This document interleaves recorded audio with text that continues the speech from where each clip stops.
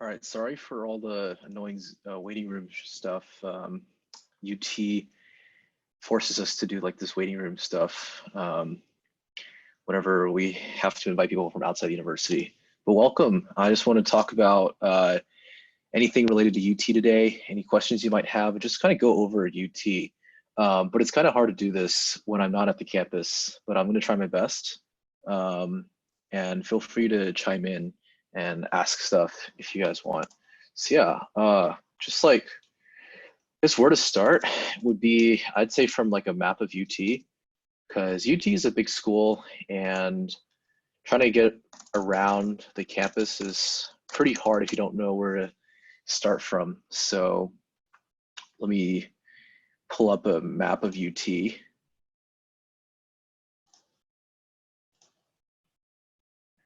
All right. Let me see.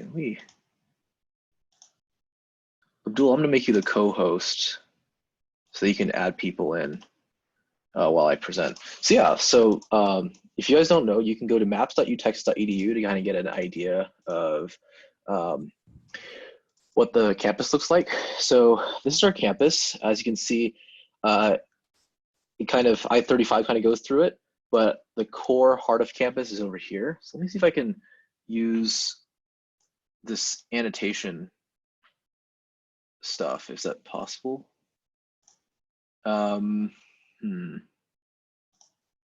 So I don't know how to annotate actually. This is hard. But anyway, so yeah,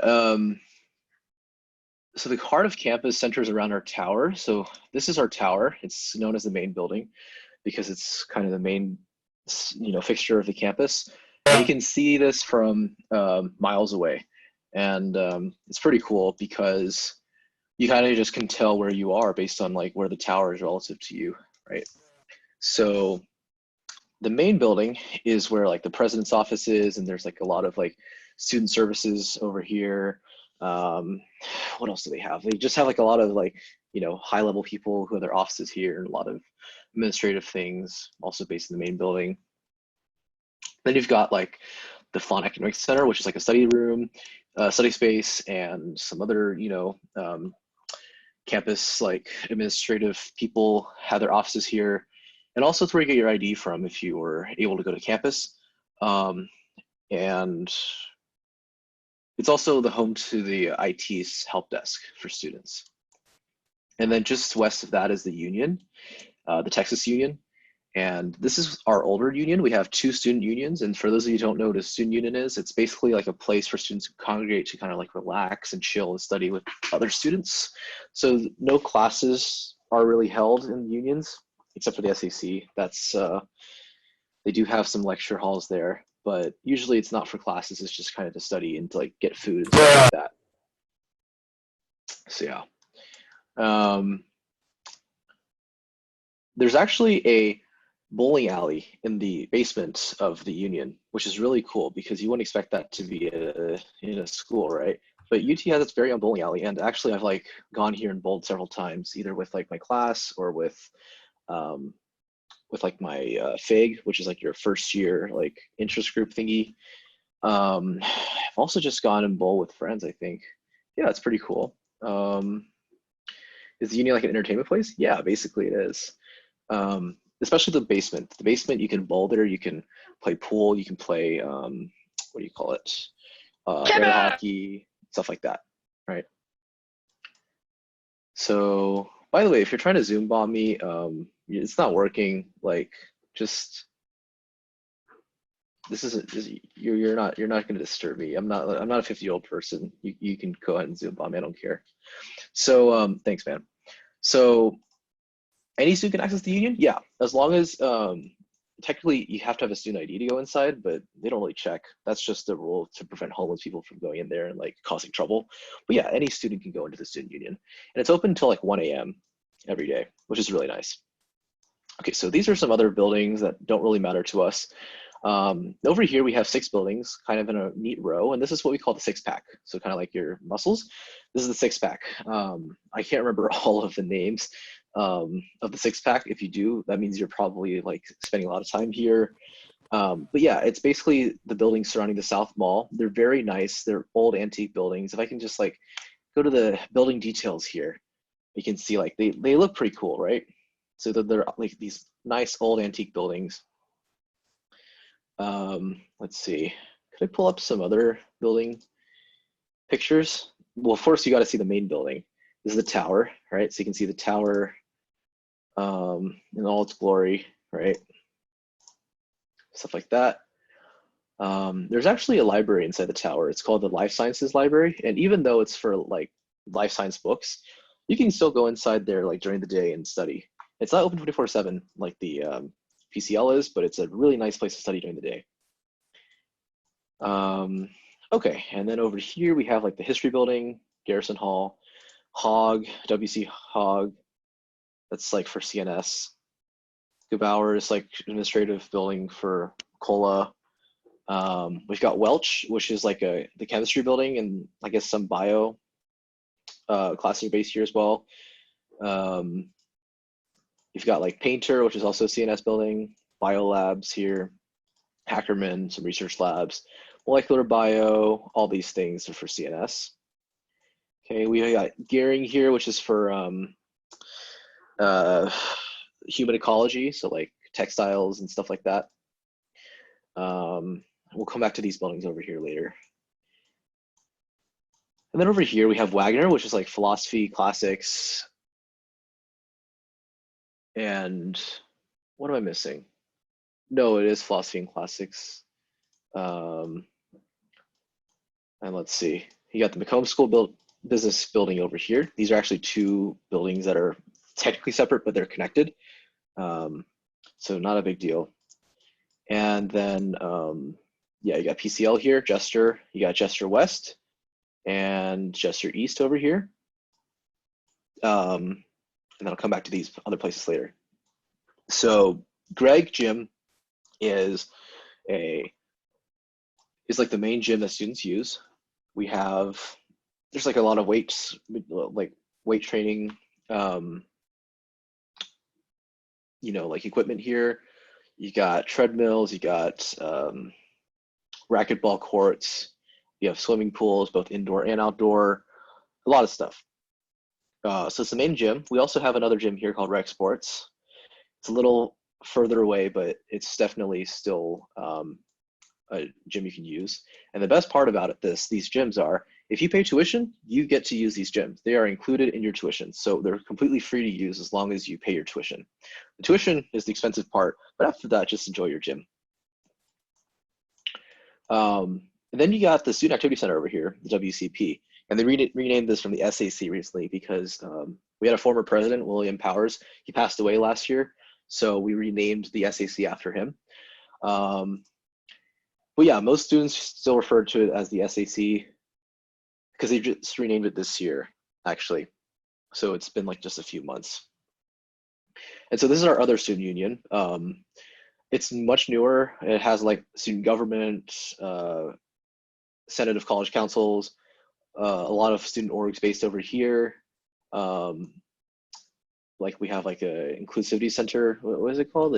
Is it like the LGBT center or whatever? I can't remember the actual name. It also has the multicultural diversity center or whatever for students. All these sorts of things. And like a lot of student spaces you can use for clubs and stuff like that. And both of these places have Chick-fil-A's, Union and the WCP. So you can go eat Chick-fil-A here, you can eat Taco Cabana here, some Japanese place called Zen. Over here in the Union, we got Pan Express, that's a very popular option. And we also have like Quiznos and Steak and Shake. So yeah. All right. Quick question about, let's see, construction. So construction is always going to be happening on campus. There's never a time where there's no construction. It's usually not too annoying, but I'm going to tell you this. I've been here for 2 years already, and this construction has been here since I started. And it's apparently been going on for a few years now. I've heard of people who've graduated last year who saw this construction in their freshman year. So it's construction can be pretty shitty sometimes, but it's just how it is. It can be a little annoying because like this, I know this path is blocked off, and so I'm actually a CS student. So whenever I try to go on from Intercampus Drive, which is this little loop here, whenever I try to go from like the Union or whatever down past Welch to the GDC, I can't do that. I have to go through like this little narrow strip over here. So yeah. Anyway, that's a good time to start talking about the GDC. That's our CS building. We have a world-renowned CS program here, so you can go to the GDC for that. You also have the POB, which is like a computational science and engineering building. Let's see. How often is a gym maxed out? Pretty often, especially if you go like during peak times, such as like early evening, late at night, even it could get pretty busy. So the best time to go to the gym is going to be early in the morning if you wake up. So like 6 a.m. I think the gym's open usually from like 6 a.m. to 1 p.m. Sorry, 1 a.m. at night. So great hours. It's just that you got to go at the right time if you don't want to share equipment. So yeah, usually going in the morning is probably going to be best. And if you don't like Greg, even though it has like probably the best selection of equipment, you can also try Rec Sports, or you can try Belmont Hall. And Belmont Hall, if you notice, it's actually a building embedded within our football stadium. So that's like the most Texas thing you could possibly do, right? Is put a whole building into a football stadium. So Belmont Hall also has a gym. I think it's usually it's reserved sometimes for athletes to use for their weight training, but it's sometimes open to the public as well. And so it's like our third gym. And so you can also definitely consider using Belmont Hall as well. Does Rec Sports cost extra? No. They are all free, included with your tuition. So as long as you're not like an online only student, you're paying tuition. You're paying fees for this. These are student service fees. One of them is your recreational sports fee. And if you don't use it, you're wasting it like me. I don't have time to go to this gym and I waste that money. So it's just a shame, but yeah. What was the other question? No, we don't have any other questions. Okay, cool. So GDC is our CS building. BRB is like it doesn't mean be right back. It means the econ building. RLP is like the College of Liberal Arts building. They have like a lot of departments based over here. It's pretty new. In fact, it used to be called the Center for Liberal Arts, CLA, and then they renamed it after some guy because you always rename buildings after people who pay money. Because the university is very capitalistic, right? Anyway, let's see. So over here we have the EER, which is like the ECE building. So over here is like the engineering northeast part of the campus, is like North Engineering. You've got ECJ. This is for like civil, architectural, environmental engineering. ETC is for mechanical. CP is for chemical petroleum engineering. You got like CA, which is psychology. You got RLM, which is named after a racist dude who used to be professor at UT. Unfortunate name because first off, his name contains the words Robert and Lee. Second off, RLM himself was racist. And so some people call this the PMA, the Physics, Math, and Astronomy building. And that's really what it's home to. It's home to the Physics, Math, and Astronomy departments. You got Patterson, which is another engineering building. You got all these like BME buildings over here, and then like all these near some biotech related buildings. I don't know. You got Burdine Hall, which is like kind of hidden by these buildings. But Burdine is a pretty common building used for like just general teach usage. I can't speak. We had a pharmacy building, really two buildings molded into one. And then over here we have communications buildings. So for Moody, we also have like the Below Center for New Media. That's a new building, newest Moody building, pretty nice. You got Hearst Center, I think it's for like Texas Student Media, etc. So you got all these buildings over here for Moody. Gordon White building is one of those, like, I think it's for like Latino studies and African American studies. You got a Hogg Memorial Auditorium over here. These are the architecture buildings. If you want to go to Battle Hall, it contains the architecture library on the second floor, and that's really beautiful. It's also like as beautiful as the life sciences library. So pick your poison. They are both awesome. So if you're architecture students, you will be around these four buildings: Goldsmith, Battle, and Sutton. Sorry, I don't know why I included the West Mall building. That's for administrative stuff. And also there's a post office here. So if you want to drop off mail, you can drop this off in the West Mall building. We got the Ransom Center, the Harry Ransom Center over here. This is a home of a lot of humanities collections that the university has.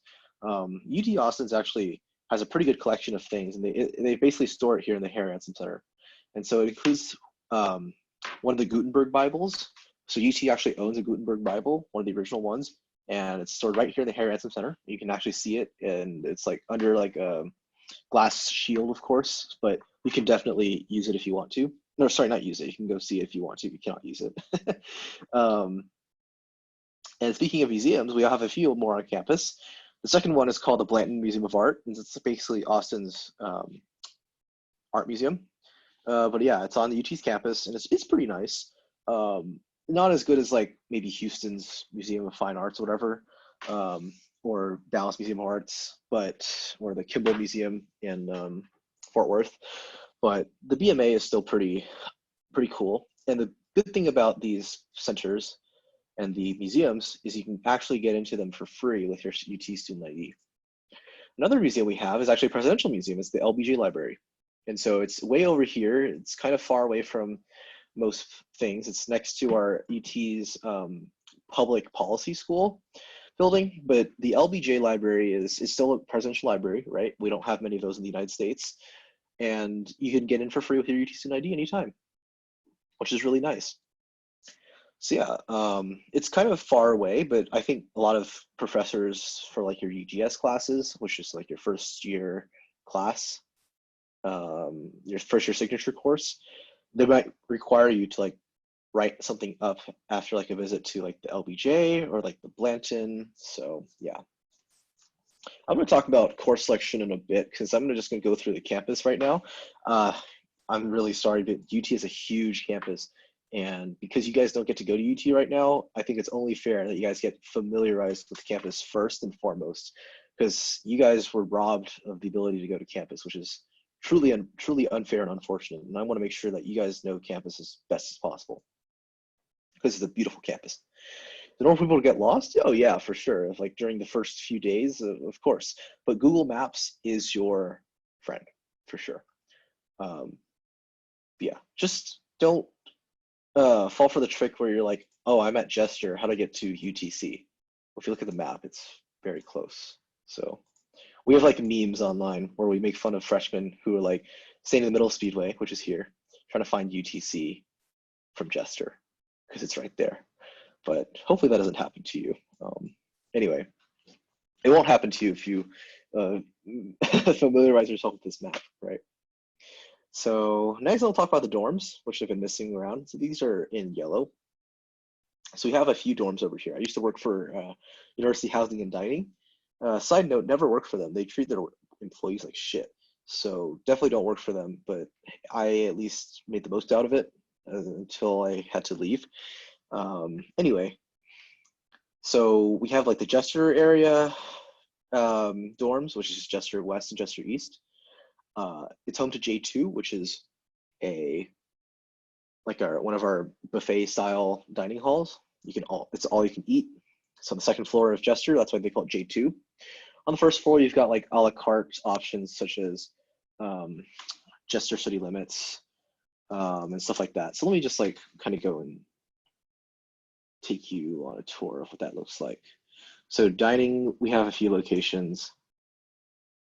They say experience quality dining. It's not that quality, but it's edible food somewhat. You got Jester second floor dining, J2. You got JCL, Jesta Pizza, which is like a build your own pizza place now. And you also have Jester Java, which is like a fake Starbucks, and Jester City Market, which is a convenience store. Yeah, I'll definitely talk about off campus because I live off campus. Well, I lived off campus until I had to go completely off campus. But yeah, I'll definitely talk about that because it's definitely a valid option. if you don't want to live on campus, or if you just are tired of living on campus after your first year, which most people are. So yeah, these are some options for dining that are operated by UHD, University Housing and Dining. And these are the ones I just talked about are centered around Jester. We've also got a place called San Jacinto. It's like a newer residence hall, and it has, it's also where the athletes are housed. And so athletes get the best food on campuses usually. And so you can go to Cypress Bend Cafe. They have a lot of good food. So I really recommend going there if you want.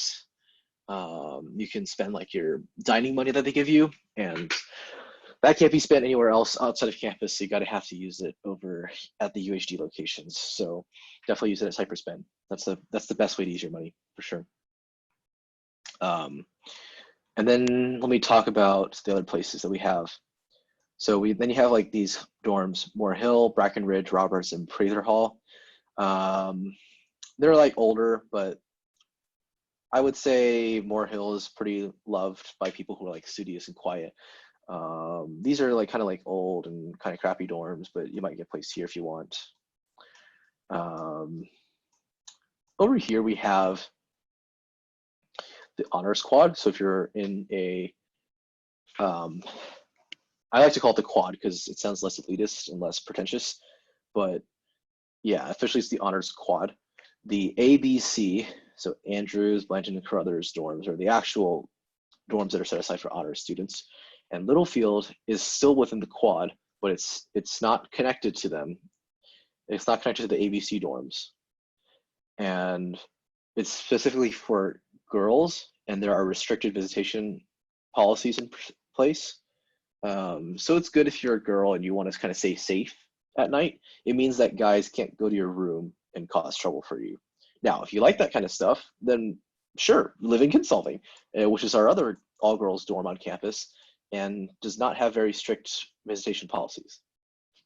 Do we have any other restricted visitation policy? Oh, not really. Yeah. Oh wait, no, Prather does. Prather does. So if you are a guy and you don't want people randomly visiting your room in the middle of the night, I guess you can go there. But honestly, that's not normal for most people. I think I honestly don't know why these dorms exist with these policies, because that really ruins your college experience. I mean, what's your experience going to be if you don't go to someone's room in the middle of the night, right? To like study or like do other stuff. So yeah, you do with that information what you will. And then you've got Durin here, which is the newest dorm, built 2007. That's where I worked. And you have the LLHs, the living learning halls. These are old apartments that UT bought and converted into like dorms. The rooms tend to be bigger, but they're community bath. Yeah, Durin is private bath and nice and new.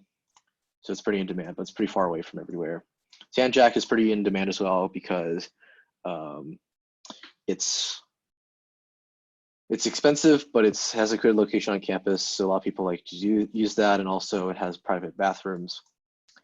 And then over here, Kinsolving, which I forgot to talk about more in detail, it is an all-girls dorm, but it's home to our other dining location, Kins Dining, and also Kins Market and Kins Coffee, which is fake Starbucks too, and basically rip off JCM, not as big. Let's see. And then I forgot to talk about Littlefield Patio Cafe, and that's over here on the east side of Littlefield. It's in the basement of Littlefield, but it's like open from the public, and it's like another cafe. I guess you can get a la carte meals at. So yeah. Let's see. Yeah, quote unquote study at night in your rooms. Of course. Yeah, it's kind of awkward if your roommate's in your room in the middle of the night and you're trying to quote unquote study with other people. So that's why you can go to the library to actually study, or tell your roommate about your situation, and because communication is key. Yeah, group study. Whoa, chill. No. No, let's keep it, let's not talk about the 3+ groups, okay? That's way no. Anyway, So yeah, these are like selection of dorms. If anyone has any questions specifically about any specific dorm, let me know. Oh, I forgot Creekside. This is like the all male dorm. It used to be named after a racist, but they actually changed the name this time, unlike with RLM. And Creekside is a really bad dorm for guys. It's the only all male dorm, and no one likes to live there. So unless you're an engineer who really doesn't like to walk, and you have class in the ER all the time, don't live at Creekside. Um, yeah. So I think this is a good time to answer a few questions. What's the best dining hall? Uh, that's hard because the food quality can vary. I would say go to both dining halls, both Jester, J2, and Kins, and see where the food quality is better because it could change throughout the year even. What I've heard is J2 stays pretty consistently mediocre throughout the year, but Kins starts off really good and then slips to like really bad at the end of the year. So I would say Kins at the beginning of the year and then J2 at the end, but that's just me. A lot of people have different opinions on this.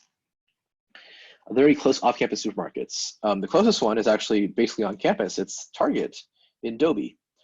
Um, Dobie is this blue building that's very tall and very ugly inside. Um, but it's really close to campus and it's basically on campus since it's kind of surrounded by campus anyway. But yeah, Target's here. They have a limited selection, but it's still pretty good. So they still have like produce and all the essentials that you'll need. It's not a full-size Target, but whenever I've went in, I've actually been able to get basically everything I need to get. And maybe it's a little bit more expensive than a regular supermarket, but hey, it's a supermarket. So definitely very convenient for students. I think Austin's convenience is really nice. Um, let's see. For off-campus living, you have a lot of options. Most people choose to live in West Campus, which is west of campus. Um, the closer the building is, the more expensive it's going to be because of the location. So this is where I lived this year. And let's see. You have like some other places like I know Callaway is for freshmen. It's like a really nice bougie off-campus dorm. Castillion's also pretty nice, but it's older and was only recently renovated. So yeah, you've got all these places, and yeah, you can find off-campus locations to live at. Off-campus is going to be really difficult to talk about because there's just so many options, and it takes a while to get used to all the options. So I can talk about that later. Any other questions? What's the LDH building next to Chester? It's called Longhorn Dining Hall. I think it's like an old dining hall, but you actually can't go in there. So I don't know what it's used for. How are the rules on gesture? There aren't any. Just uh, just standard rules. Don't do anything illegal if you must, and hide it from your RA. Just be quiet. Don't make noise. How are community baths? They're all right. They're cleaned twice a day during the weekdays, and then on the weekends it can get pretty bad. So just hope that people don't pee on the toilet seat, honestly, or pee on the floor. Um, yeah, it's a hit or miss situation. But the community baths themselves are recently renovated, so it's not like they're bad. They're not bad actually. They're all right. I would say when I lived in them during orientation, when we had actual like not online orientation, in-person orientation, it was pretty good. And so yeah, I would say it's fine. How bad is the gesture sanitary situation? Oh, I just talked about that. How safe is it to travel alone in Austin? It's honestly not that safe compared to other cities. Like if you're like living in a suburb, you're probably gonna be much safer than you are in Austin. That being said, I haven't felt way too threatened. I'm not gonna say like, oh, if you um, walk at night, you're gonna get like stabbed or robbed. No, it's not like that. I know like some people have been um, stabbed or robbed or whatever, but you know, like you'll be fine. Just stay with a group of people. We have like a lot of options for you to keep safe. At dates, it's fine. If you stay on campus, it's usually fine. UTPD has pretty fast response. We have emergency beacons on campus if that means anything. But yeah, what can get really sketchy is this street over here on the west. It's the border between UT and off campus. It's called Guadalupe Street, or Guad. Locals like to call it Guadalupe because they can't speak Spanish, and it's fine. Just call it whatever. You call it Guadalupe, Guadalupe. Just it's all the same thing. This street can get sketchy at night, and it can even get sketchy in the daytime. There are a lot of homeless people on this street. Not to be like offensive or anything, just they can do sketchy stuff. I've seen it personally with my own eyes. They can yell at people, maybe unfortunately even endanger your safety sometimes. So it's best to just travel in groups. I'd say it's fine to travel alone a day, but if you're traveling at night, especially like after 11 p.m., you can use this free service called Night Ride. And it's basically, you as a UT student can get free rides from campus to off campus on the Lyft app for like 11 to 4 at night. Is Moody on Guad? Yeah, that's on Guad. But you don't have to ever go on Guad necessarily. You can just stay on campus. It's like east of Guad is the actual campus. You can just kind of stay here. And if you want to cross between Bilo and CMA and CMB, there is a bridge that goes across Dean Keaton. They recently constructed it called the Moody Bridge. So you can use the Moody Bridge to go across safely without ever having to leave these buildings and endanger yourself on Guad.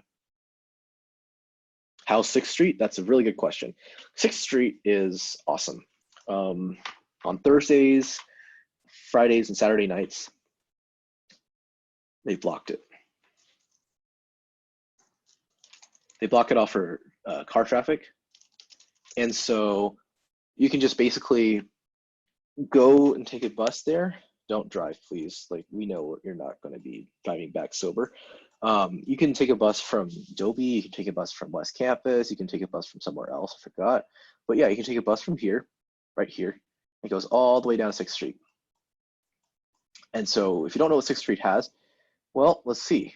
Kung Fu Saloon, Little Woodrow's West 6th. Voodoo Donut is good. The Jackalope. You see how all of these places have like martinis on them, on the icons on Google Maps? Yeah. So 6th Street's lit at night on weekends. And weekends begin on Thursdays here. And yeah, I mean, it's fun if you're 21. If you're not 21, then make yourself 21 with a fake ID. I mean, sorry, what? I didn't say anything. And then,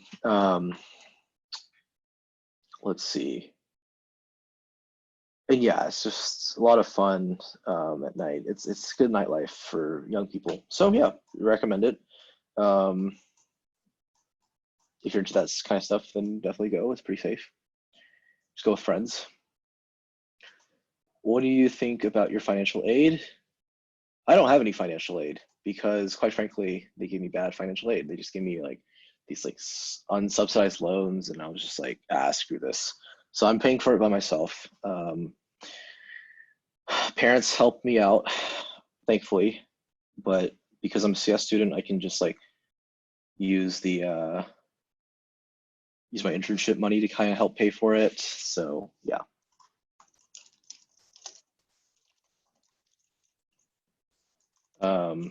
So yeah, how's healthcare on campus? So I forgot to mention the SSB, the Student Services Building. This is where our nurses and our doctors are on campus. So University Health Services is based here. You might have already seen their website, healthyhorns.utexas.edu. It's like our on-campus health clinic, so you don't have to go off campus to seek care. Now, it is booked pretty quickly for all the appointments, so be sure to book maybe a day in advance, and that even applies even if you're like sick. So if you have fever, just get an appointment as soon as possible by calling in and scheduling one. I'm sorry, you can also do it online. The SSB is also home to our counseling and mental health services, which is like our psychiatrists and psychologists on campus, and this is a heavily overburdened center, so I don't recommend going here if you can. But if you must, and I know people who have been here for mental health services, you can go here, and the services are totally free, so your parents will never know if you go here or not, unless you tell them. You can get some counseling depending on how severe your symptoms are, but what I've usually heard, and this is quite frankly the truth, you're not going to get much help unless you tell them you're suicidal and you want to kill yourself. So this is unfortunately some experience that I know of. So I know this is kind of dark, but just FYI, we have a big school. Our mental health services is very overburdened, and so try to find off-campus care if you can. And they actually try to push people off campus anyway. So as a CS student, when does one usually get their first internship? Some people get it freshman year. After freshman year, I mean. That's hard, but it's definitely possible. A lot of people get it after the sophomore year, and basically everyone gets one after the junior year. If you don't get one after your junior year, I would say either you're not trying hard enough or something's wrong. I don't know what's wrong, but something would be wrong. Or you're just like not interested in one, which is also fine.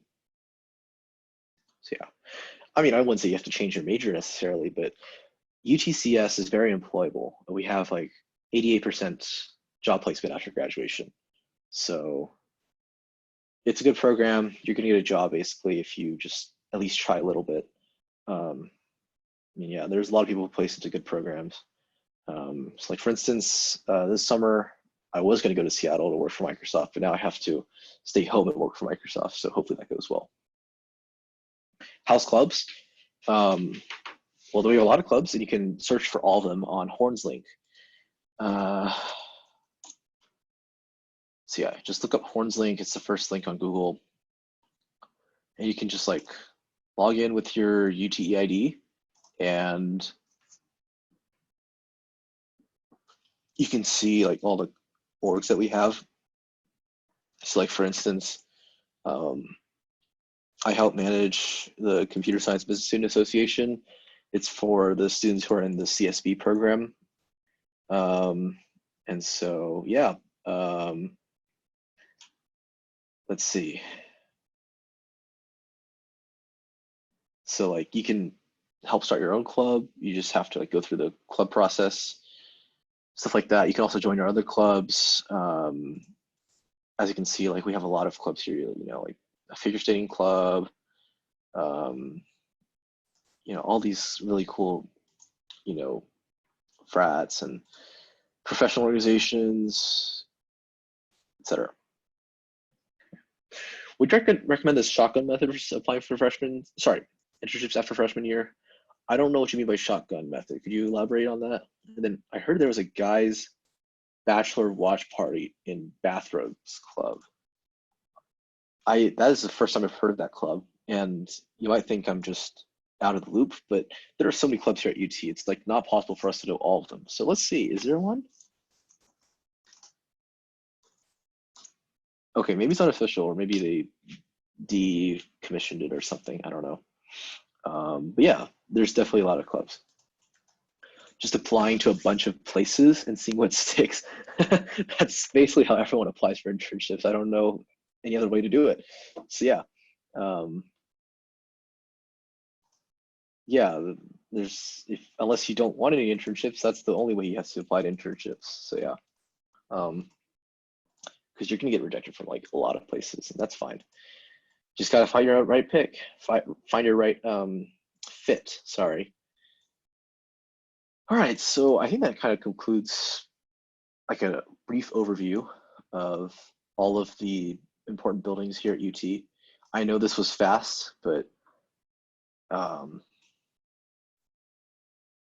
it kind of just goes over like the main places you'll be going to.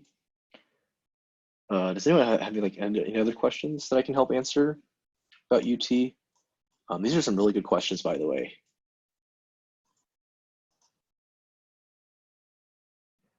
How do you make friends?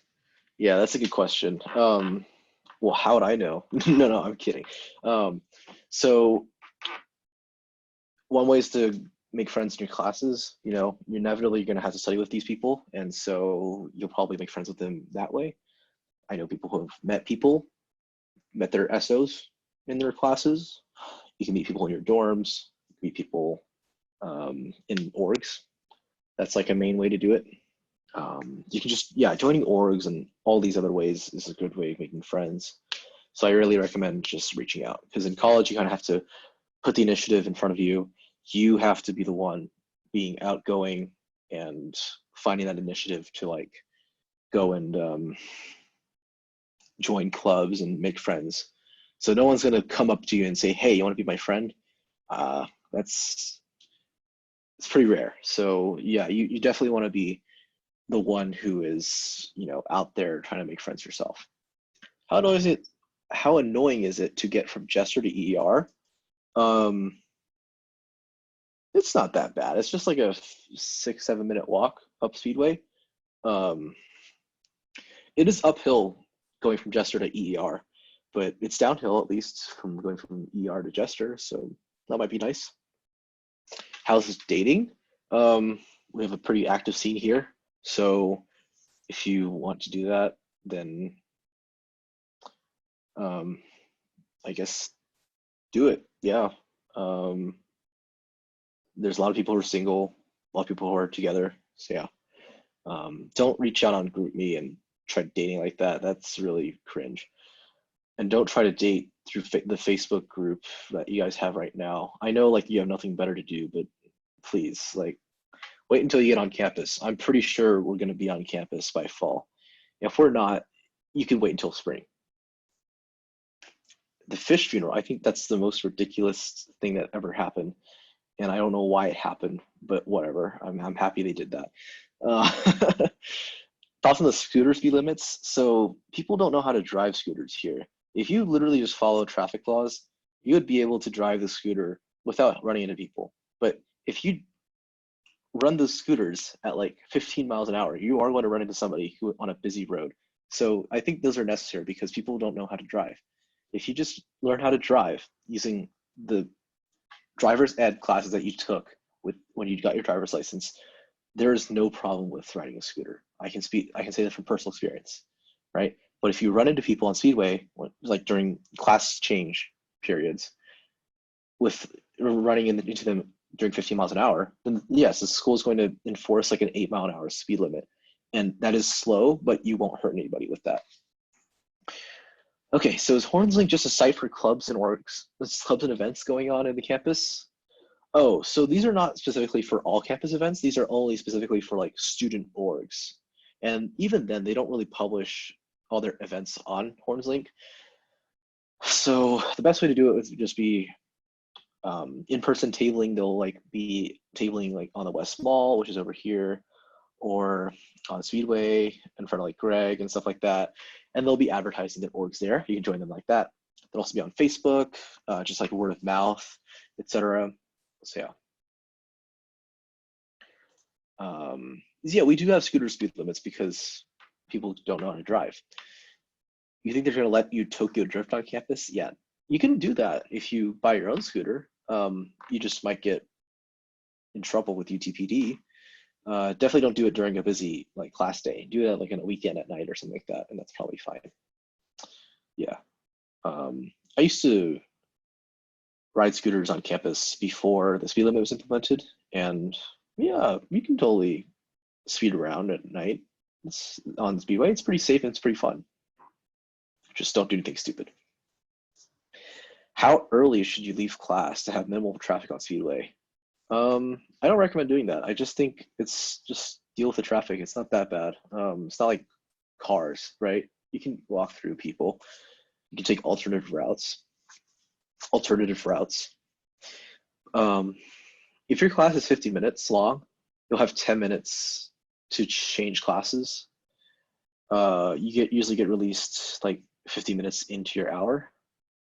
So you don't spend your whole time in class. You get released like 10 minutes before your class actually ends. And then for hour-and-a-half classes, they end 15 minutes before your class is scheduled to end. So yeah. How early should you get to class? I mean, sometimes I go to class late. Uh, I think early in the semester, people will try to go as early as possible. So like 10, 15 minutes early. Any earlier than that, and you're gonna run into like a previous class, or like people are just gonna look at you weird. But I mean, 5 minutes before class starts is perfectly fine. Even like I'm a TA right now, and I usually went to like my discussion section like a minute or two late. So yeah, don't tell my boss that, but it's fine. It's fine. It's college. You can go to class late too, and it's just you might get attendance points off depending on the class. Did I find it hard to balance classwork with social stuff last first semester? Well, if you take fewer hours, it's easier to balance. Um, I would say, well, I would say I started trying to do more social stuff this year. In my sophomore year, my grades slipped, and I still don't really think I'm social enough. So clearly I'm doing something wrong, but it's going to be a trade-off. Do you want good grades or do you want to socialize with people? So, yeah, unless you like are a superhuman who does not need rest, then you're gonna have to trade it off, like your classwork with your social life. Now that being said, I am taking like a lot of hard classes, so that might be why. But yeah, being tardy thing depends on the class. I mean, it's very common to skip class in college, so it's not like high school where you get like truancy for like missing school or whatever. Like no one cares except for the class that take attendance, and then those classes they'll just take points off your grade. They don't care about anything else. So yeah. Um,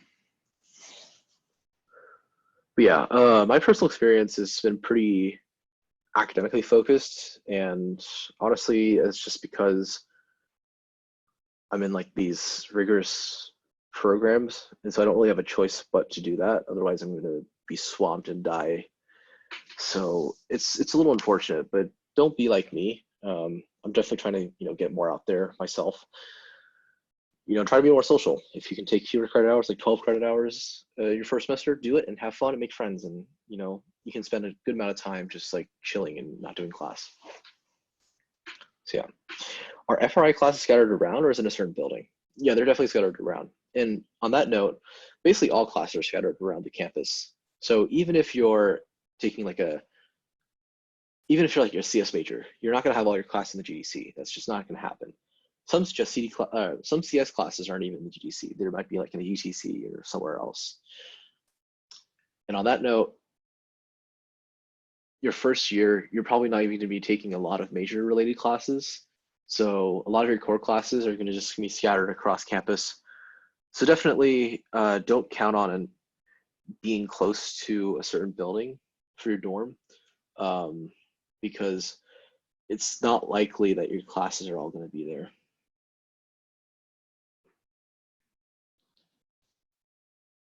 So like for instance, freshmen are going to have a lot of math classes. Those are usually held in RLM, and RLM is a really nasty old building. No one likes it. So as you can see, it looks like a prison, and inside it is just, yeah.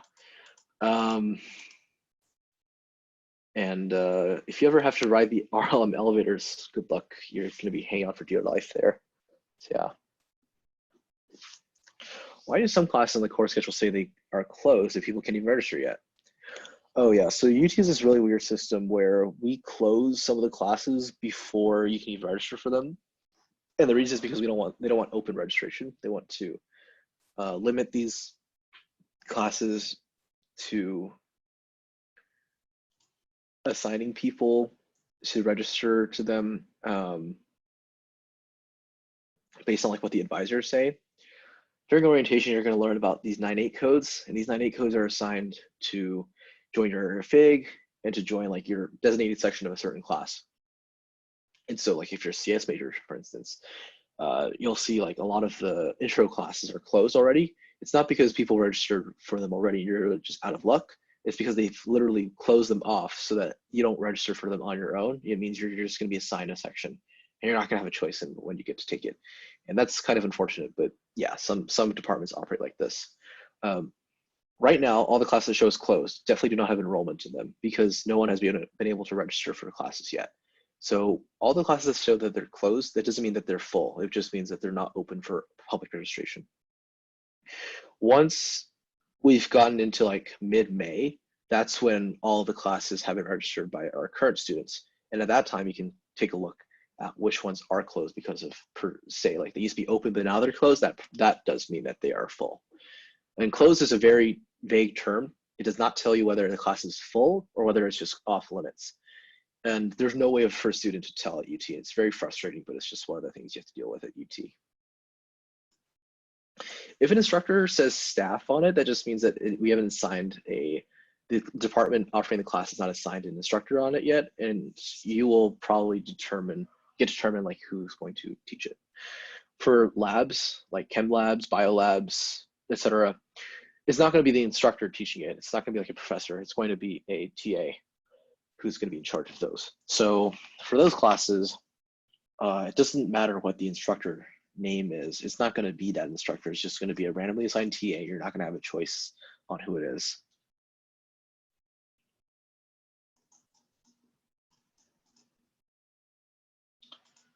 So yeah, I also went to another university before UT for like my last 2 years of high school.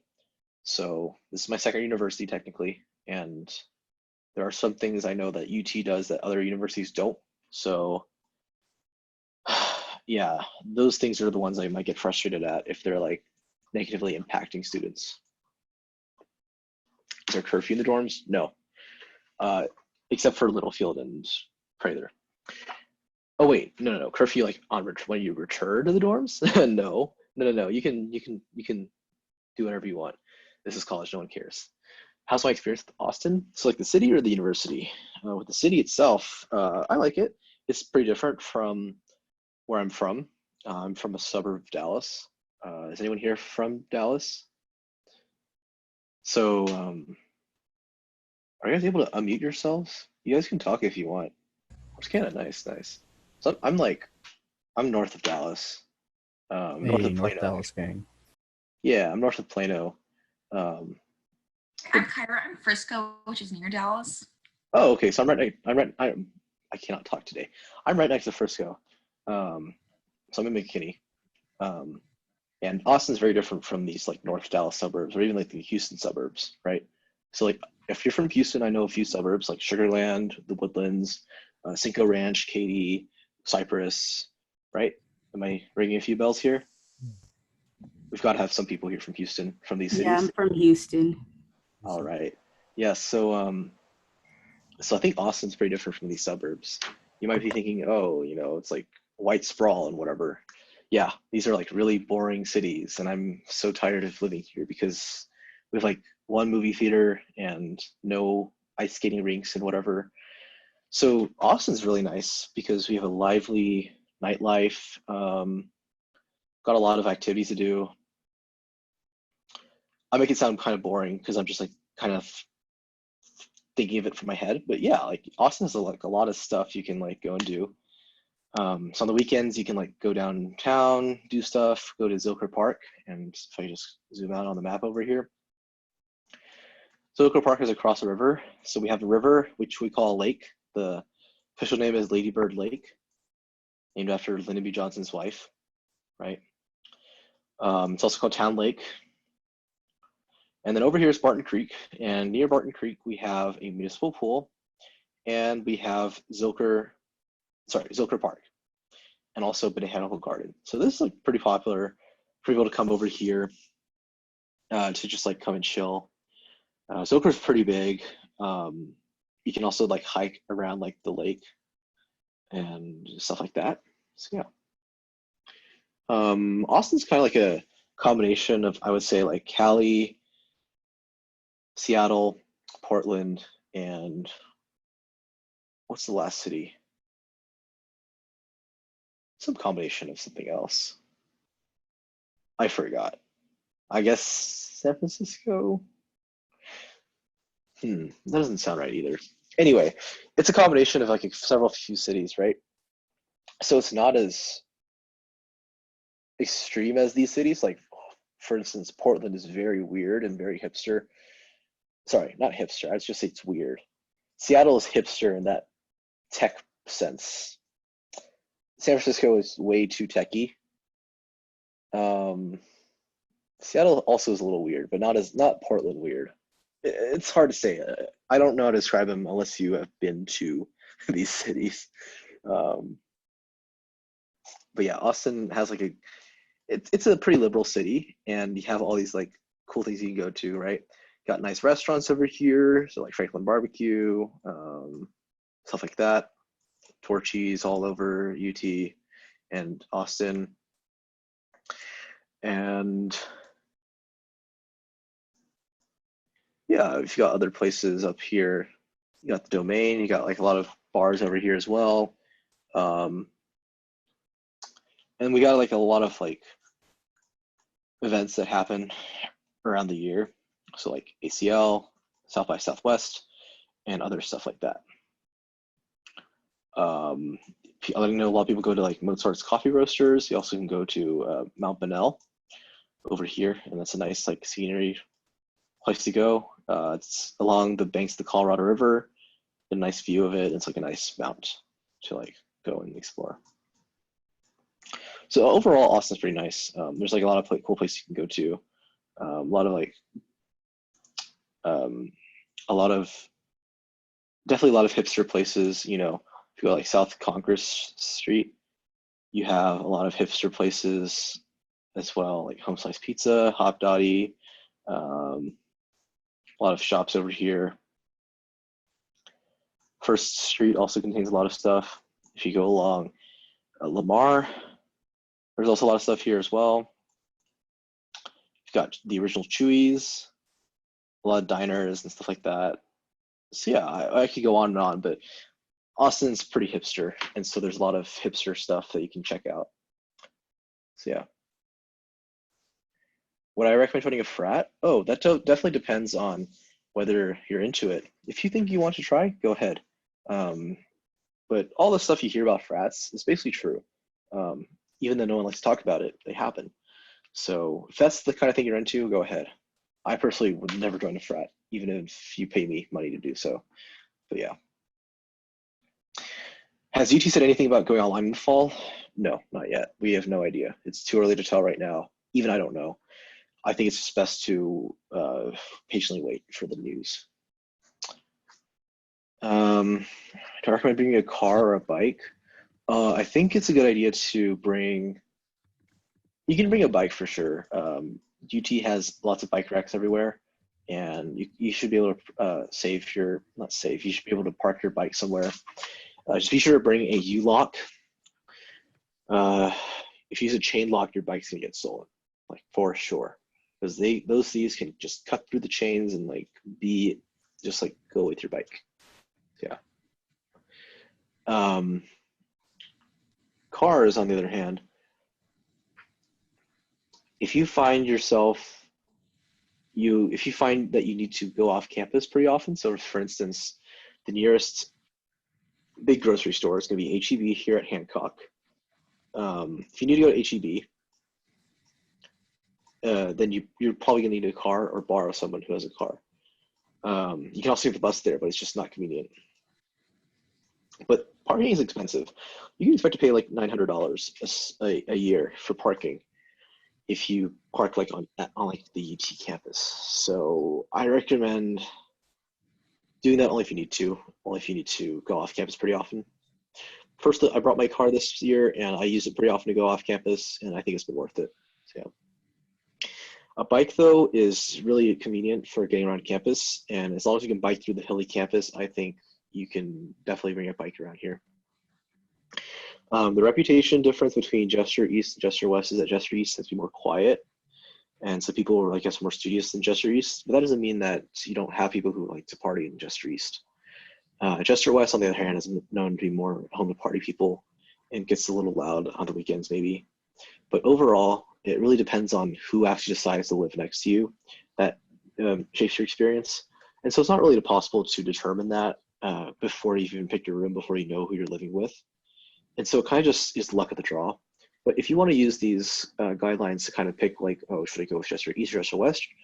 Go ahead and just yeah, just go ahead and keep that in mind. That's like a general rule of thumb that people like to say. It's more of an urban legend than anything. I wouldn't say it's not like a very good predictor of who's going to live next to you. Yeah, there's a Target on campus, or technically off campus, but basically on campus. It's right at Dobie. And so, as I said originally, it's smaller. It doesn't have as good of a selection, and it's more expensive. So if you're like wanting to buy in bulk, definitely don't go to Target. If you have a car, just go to HEB. And if you don't know what HEB is, since you're from Dallas or from out of state, HEB is like a better, it's like a really good supermarket chain. It's based in like Central and South Texas. And so if you can go to HEB, definitely go to HEB. So let's talk about the bus system. That's someone brought that up. UT gives every student the ability to ride buses for free using their student ID. So all you have to do is take your student ID with you and swipe it when you get on the bus. So UT contracts with Capital Metro, and that's like the authority in Austin that runs all the buses and also the light rail. So yeah, you can use your UT ID, student ID, to board the buses for free and to go around campus. There are a lot of buses that run through campus and next to campus. There are also a lot of campus shuttles that you can take for free with your student ID. I personally don't think I've ever needed to take a campus shuttle, but there are certain people who do need to take it. And so if you want to do that, that's certainly an option. Are there other forms of public transportation? I mean, there is that light rail, but it doesn't really reach UT. So no, not really. Yeah. So you find out which dorm you get. You actually get to pick when you're what room you live in, like the specific room you live in. That happens in June, unless you are in an LLC, a living learning community, or if you're an honor student trying to dorm in the honor squad. So those room selections happen in May. But if you are not in an LLC and you're just like a regular student, after you pay your housing deposit and all that stuff, then you get to pick in June. And the time and the date and when you pick your classes, when you pick your room, is determined by like how early you started your housing application and paid that $50 initial deposit. So the earlier you paid those, if you like paid in like before December or January, you're probably going to be much better off on picking a good time. Picking a good room. If you want to get further off campus, you can take the bus, or you can. The bus can get you pretty off campus. Like the 803 bus, for instance, it goes all the way to the north, up through Burnett Road, all the way to past the UT Pickle Research Center, all the way to the Domain. And you have like a lot of fancy stores here, and the mall and whatever, and so it's pretty nice. You know, Whole Foods, etc. You could also take the bus down to the main Whole Foods here on Lamar and 6th Street. That's like the main Whole Foods, the flagship Whole Foods, because Whole Foods is headquartered in Austin. Places and streets to not be on at certain times of day of the year. Well, if you don't like people getting drunk, then don't go to 6th Street at night on Thursdays, Fridays, or Saturdays. If you do, then go. Guadalupe Street can be pretty shady at night. So if you are, I guess, a demographic that could be targeted, then definitely try to stay away from Guad as much as possible at night when the sun goes down. You still have to stay safe even during the day. But yeah, common sense here is just don't go into like dark alleys. Like there's like a dark alley over here behind the UTC and the PCL, like over here and over here. Like don't go here at night. Like I have no idea why you'd ever want to do that. Other than like if you want to make a drug deal, and even then, like don't make your drug deals in there. Just like go to Jester and do it in like someone's room. No one's going to catch you, right? Just like the unsolicited advice that I have for people who decide to do this stuff, because no one's going to stop you. Just welcome to college. That's people do sometimes, and that's fine. I don't judge. Yeah, don't yeah, don't do your drug deals in shady alleys. There's definitely safer places to do them. And there's a lot of places you can get drugs on campus, or off campus too, if you really wanted to. So I know there are group me's that you can do this at. I'm just telling the truth here. That's how you can do it. But if you don't want to get into that scene, like me, definitely don't look for this. You can just stay away from it and you'll be fine. No one is going to tell you to do that, right? Okay, really quickly, 2 questions, and then I'll talk about the other stuff that you just asked. What can you buy a big ticket? You can buy it, I think it's starting in the summer. But yeah, they'll send you an email about how to buy the big ticket for next year, and you can do that. I think it costs like $195, including processing fee. So it's $175 plus $20 processing fee. And you don't need a car for getting off campus. You can just use the bus. Well, but you're limited in where you can go, of course. Is it possible for a non-honors student to room in the quad by grouping with somebody? That's difficult. I would count on, if you want to do that, you probably have to do that by living in Blanton. But Blanton rooms don't have sinks in them, so they're not really preferred by most students. So unless you're like okay with like a subpar room compared to what you could get in Andrews and Carruthers, I wouldn't recommend trying to do that honors plus non-honors thing, because they do want to prioritize students who are honor students living with other honor students. Okay, so people do pass them out on Speedway, condoms on Speedway, and you can get free condoms from our university health services through our Longhorn Wellness Center. And so uh, you can basically request them online through like a certain form, and they can be delivered to your dorm mailbox actually on like every Thursday, and just in time for the weekend, right? They don't choose Thursdays for nothing. I think most dress rooms have sinks, yeah. They are only the outside wrapping is Longhorn branded. They are like Crown, I think. Did I bring any with me home? I don't think I did. Oh wait, do I? No, I don't think I did. But they're all in Austin, unfortunately. Not that I have any use for them here anyway, but social distancing, right? But like, they're not very good. But they do include lube with the package that you get, so that's nice. But yeah, if you want to get better ones, you can just go to the Jesser City Market to buy them with your dining dollars or whatever. You can go to 7-Eleven, which is on Quad. There's like several locations, 7-Elevens on Quad. Go to Target. You can go to HEB. Like literally, no one cares. You don't have to buy the exercise pass for the gym. You can use the gym for free with your student ID. Excuse me, with your student ID. The exercise pass is for the classes that they teach. And so like if you want to like learn yoga or like learn karate or taekwondo or something like that, then yes, you would buy a exercise pass, and then it's usually like a student who teaches it, who are employed by the university as like a fitness instructor. But yeah, those exercise passes are to take classes, not like Pilates classes, not for actual just like going to the gym and exercising. So do you have to get it per semester? I think so. More information is on utrexports.org. When do you join clubs and orgs? Is there a club fair during move-in? So there is usually a club fair during orientation, but unfortunately we don't have in-person orientation. So I don't know how they're going to do that, but there usually is going to be a club fair at the very beginning of the semester, in the fall semester, I mean, on East Mall over here. So, or along Speedway. So they'll definitely have a club fair, yeah. Does UT have a rock climbing wall? Where at? Yes, we do. It's in the Greg. And it's not as good as the one at UNT, but it's still rock climbing wall. So I think if I go to utrexports.org, we can go to the climbing wall, and they have a certain period of operation, and you have to pay money to boulder. You can't just go and climb rocks for fun, for free. They're unfortunately not included with your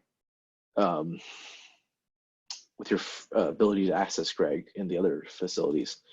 But you can buy bowler passes for $80 a semester. That's actually a pretty good deal, based on like what I've seen at other universities. Yeah. So you saw in the group chat that UT charges for AP credit. Yes, they do.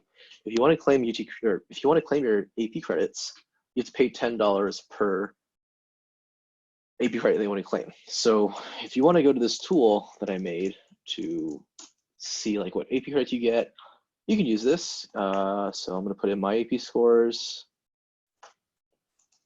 1, 2, 3, 4, 5, 6. I only took 6 AP credits because I took them in freshman and sophomore year, and I went to some other school in junior and senior year where we just had dual credit.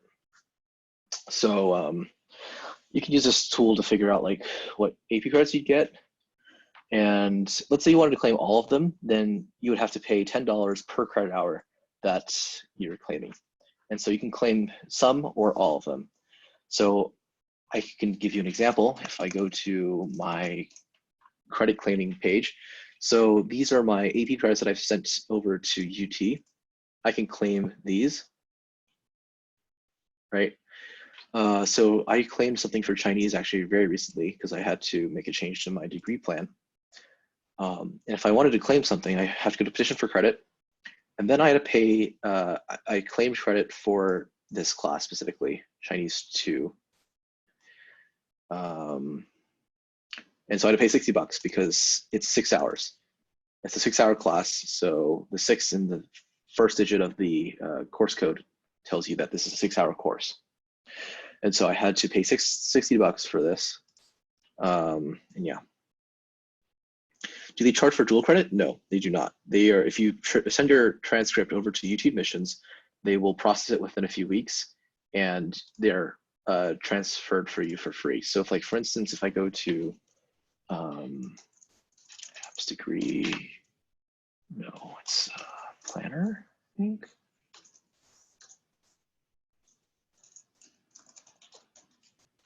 If I go to my registrar record, these are the classes that I took at the University of North Texas. And so I took all of these classes at the University of North Texas, and they transferred for free. I'd have to pay a cent for this because they have to transfer for free by law. So you can also do this even if you didn't go to the UNT like I did. You can, if you're taking classes right now at a community college for dual credit and you're also taking AP classes, a good idea would be to claim those credits at the community college and then send your community college transcript over to UT Austin. This way, you can also take advantage of more lenient transfer options, and you can get these credits transferred into UT for free. Greg does get full a lot, so go in the mornings, maybe go at like late night near 1 a.m. if you want to avoid the rush. The time that it gets full at the most is definitely going to be around like early evenings, like 6 or 7 p.m.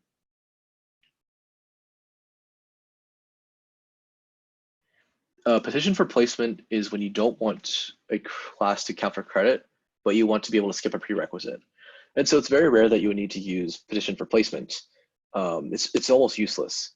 I just recommend just going with petitioning for credit. But talk with your advisor first before making decisions on that.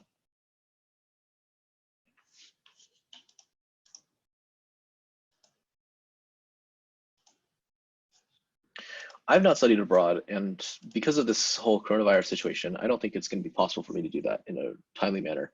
So no, I'm going to probably, instead of studying abroad, I'm probably just going to spend my own money and go have fun abroad. Because when you're studying abroad, you're still going to have to take classes. It's going to like force you to, like, if you study abroad in Italy, you're just going to be in like a nice Italian home studying for classes. So I don't see the point of that, honestly. My advice is just, if you want to study abroad, we'd have a lot of study abroad options, but definitely don't have to force you to do that. Is UT good at helping people connect with students to internships? So UT is a very compartmentalized university. So it's all split based on like college. We do have a university-wide career center, but it's not very effective. So the best bet you're going to get is going to have to just use the career resource center that your individual college offers. And the reason why they have this is because UT is such a big college that it's not really possible for UT to offer the best career planning advice for every student if it's one center for the entire university. So instead they have it per college. And so depending on what college you have, they're going to do career planning in different ways. And so I would say like engineering, Macombs, CS have pretty good career centers.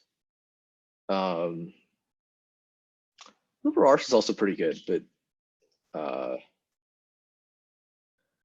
that's more effective for people who are like in econ or like people who are like pre-law or something like that. I don't know. So any advice on flags and thoughts on Macombs? For thoughts on Macombs, I can be more, if you be more specific, I can tell you my specific thoughts. Generally, it's pretty good school though. So my advice for flags would be check your degree plan first for the flags that you get based on the core classes that you have to take, because some classes that you have to take in your degree plan are going to come with flags automatically, and so you don't have to go out of your way to go take classes that contain these flags. Instead, you can just go through your degree plan like normal and you'll get the classes automatically. That being said, if there are certain flags that are not in your degree plan that are not included, then some common ones that are not included would be the global cultures and cultural diversity flags if you're not like a liberal arts major. These flags you can, there are a few ways to earn them easily. So the most common way to earn global cultures flags is probably going to be through the CC classes, the classical civilization classes. So if you scroll down here, CC 301, 302, 303, these are all classes you can take. Intro to Ancient Greece, Intro to Ancient Rome, Intro to Classical Mythology. CC 303, people have said it's like Percy Jackson, and then you have 301 and 302 as well. But yeah, so these are all good options to get your global cultures flags. As you can see, if you go to like over here, see it carries a global cultures flag. Now for cultural diversity flags, I think there's a lot better options for these, but you can try, my two favorites are going to be Jazz Appreciation, Music 307, Topic 3, and it carries the cultural diversity flag, and it's pretty easy, and it's online as well. It's live streamed at a specific time of day. Stay away from Introduction to Theater. That is a very terrible idea because it's a lot of reading, so don't take that class. There's also SED 303. So it's called the Autism class.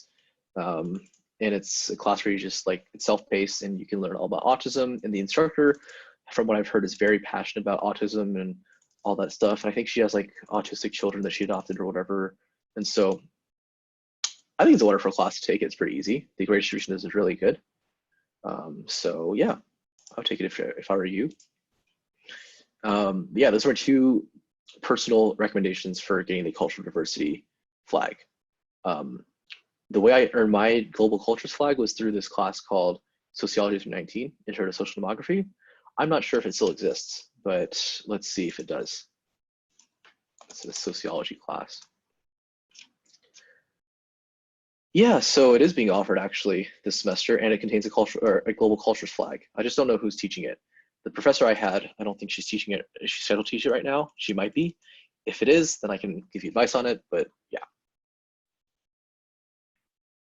If a class both has CD and GC and CD, you can only pick one for flag, right? Yes, so if a class carries both global cultures and cultural diversity, only one of the flags will count towards your degree. So you can't kill two birds with one stone in that specific case, but with all other classes that carry multiple flags, yes, you can use, the flags will apply for all the flags that the class carries.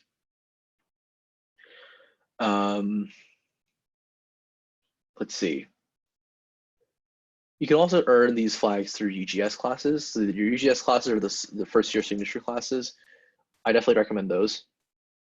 I know they're closed, but that just means that they're not ready for upperclassmen registered for them yet, so don't worry about that.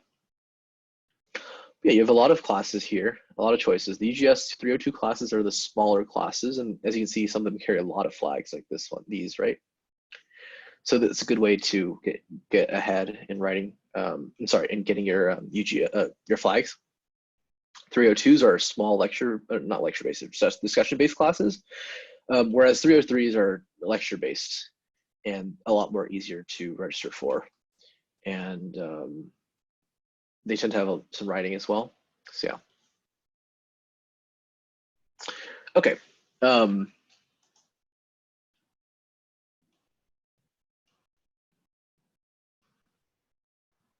Is BHP worth it? I think depending on what you do, yeah, it can be very worth it. It's a much better experience than just like regular McCombs. You get like case-based classes that are much harder. You get a really tight community. You get a lot of, I guess, better career options. So if you are in BHP, I definitely recommend committing to it. If you want to try transferring in, you can definitely try that as well. So what was my UGS class and did I enjoy it? So I actually did not take an UGS class because I transferred my core curriculum over from, sorry, I finished my core curriculum at the University of North Texas, and by Texas law, that means that if I finish it there before coming to UT, then I finished it at UT as well. So I used that loophole to get out of taking UGS because I just hated the idea of taking UGS. And I just didn't want to waste my time. I think that was worth it. So yeah. What are some things about UT that you think could be better?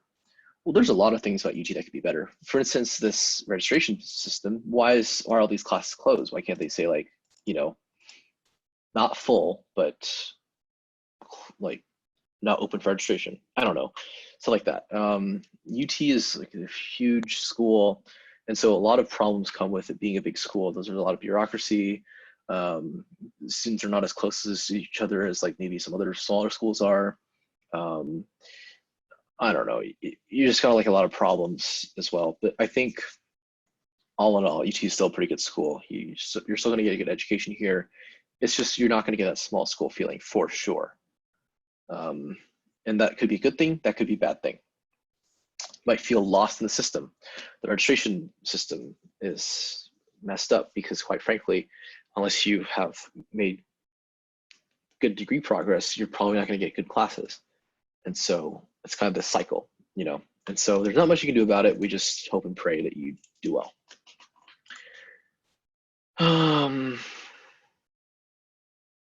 Things to be aware from that can get problematic fast on campus. Please clarify. I don't know what you mean by that. Sorry. How much sleep do students get during the week? I mean, really depends, but I would say every day you could probably, I'd say on average people get like 5 hours if they're like really studious.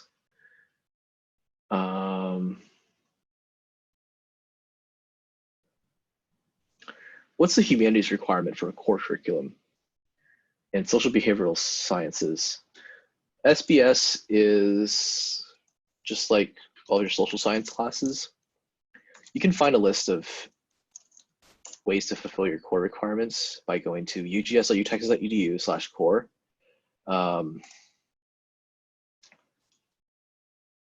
So these are the classes that will count towards the core curriculum requirements. Okay. So as long as you take one of these, and this is also going to be claimed by AP credit, then you will complete that core requirement. Okay. What is the humanities requirement though for the core curriculum? We don't really have a. Oh, okay. I'm sorry. I come from UNT as well, right? So they call it something else. But anyway, yeah, it's basically our English requirement. You have to take one of our literature classes. So either British literature, American World, or Masterworks. And so if I remember correctly, I don't think they're offering Masterworks of Literature this semester, but you can take British, American, or World Literature. You can also claim your AP Lit credit if you get a 4 or above.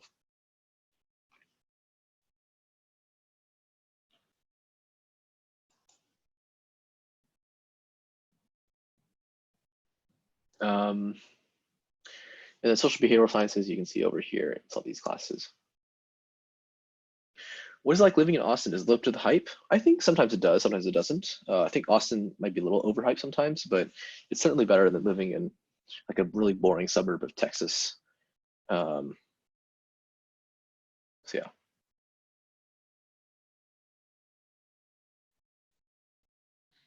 Yeah, AP Lang, if you claim it, it counts as Rhetoric 306. You can also claim this from a writing, what do you call it? You can also claim it from your SAT or ACT writing section scores. And so, yeah, that works too. Let's see. Yeah, living in Austin, I think it's a lot more like for young people, it's a lot more like free than a lot more exciting than living in like a boring city like Dallas or Houston. Um, yeah, I would say a lot more hipstery if as well if you like do those things. So yeah, if you go out and like go explore Austin more, yeah, I think it'll be pretty cool. So can RAs get their room and board covered for being an RA? So at UT, if you decide to share your room with somebody else, then yes, you get your room and board covered completely. Um,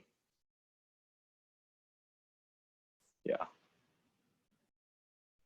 I shaded Dallas and Houston. You're dead. Okay. I mean, it's true, right? Like, I'm not gonna lie here. I mean, I'm from Dallas. It's boring. I've been to Houston before. It's boring. Like, these are terrible cities to live in as young people. You got to go to Austin if you want to not die of boredom and misery.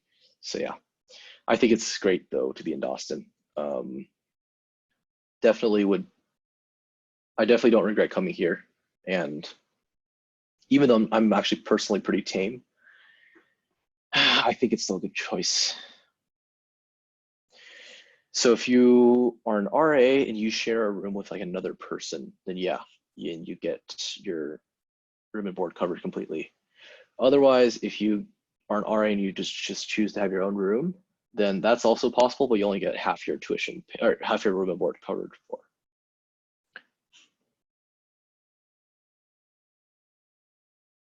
You can apply, I think, in September, October. UHD will have more information about that when the time comes. They'll share on Facebook and all that stuff.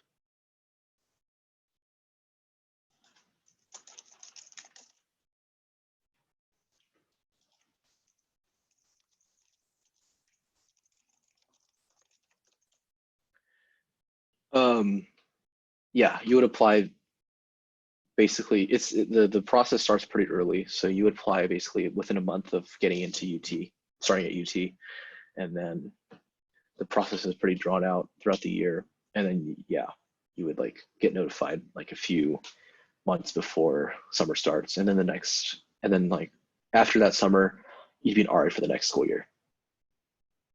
Is there a calculator for dual credits? Well, if you want to see how your dual credits transfer to UT, you can use something called the automated transfer equivalency system. You can just search up UT ATE, and you can use a method to search for how your classes will transfer. So, for instance, if I wanted to see how my classes from the University of North Texas transferred, I can say like, okay, Math 1710, which is Cal 1, how does it transfer to UT Austin? So it says if I am a natural sciences major, it transfers as M48N, otherwise transfers M48K. And sure enough, if I go to my unofficial online transcript, you can see that in fall 2016, I have M408N. Yeah, calculus 1. Can one double claim A push and AP Gov with with community college? Uh, yeah, depends on which community college you claim it at.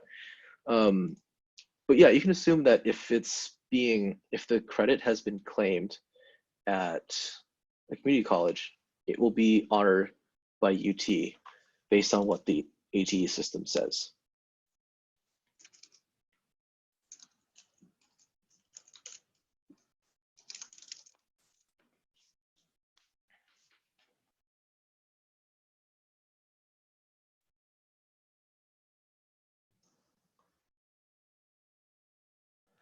So yeah, that was a lot of stuff to go through. But you guys have really great questions. I really thank you guys for asking them. I think this is really wonderful. I've also recorded this if you guys don't mind. I just want to like kind of put this out here for people so they can watch it later on and stuff like that. And yeah, I know like this is a really difficult year for everybody because it's really hard to, get an idea of what UT is like before you even come to campus. But yeah, I really hope this has been helpful. Uh, let's see. Does anyone else have any like other final questions? Thank you guys so much for your support. I really appreciate that. Um, yeah, I'm personally like pretty bored and I have homework to do, but I don't really want to do it. So this is a good distraction. But yeah, yeah. If you want to see my homework, I can try to see if I can pull it up. So I'm taking this artificial intelligence class. I have to like do this like boring, um, probability homework. So yeah, that's fun. I don't know if any of you guys have taken AP Stats before, but yeah. Let's see. Is it true that engineering physics 1 is super hard at UT Austin? Yes, it is very hard. So try to take it outside of UT if possible. And that's actually the advice that engineering people give. Yeah. Am I from Reddit? Yeah, I'm on Reddit. So yes, absolutely.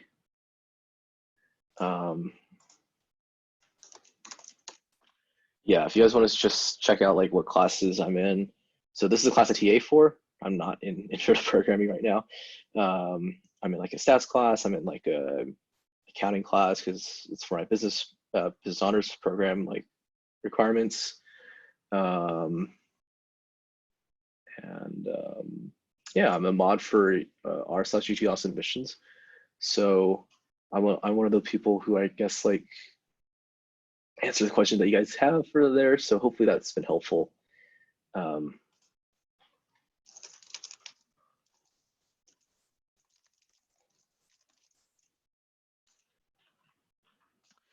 Is getting to be an RA a competitive process? Yeah, it is pretty competitive. And so definitely put your best foot forward if you're interested in doing that. And do I know if certain engineering physics is only available at certain CCs? So I believe, I'm actually not familiar with this because I took engineering physics at UNT because we were required to for my program. And it transferred over to UT, no problem. And if I were a engineering major, it would have applied. Oh, I know. If you're an engineering student, if you take like university physics at your community college, it's going to transfer here to UT as engineering physics. So that's fine. Yeah. Even if it's just university physics, that's totally fine. It should just transfer here as engineering physics. But just to be sure, I'm actually not quite sure. I don't know which community college you go to, but what's good? STC.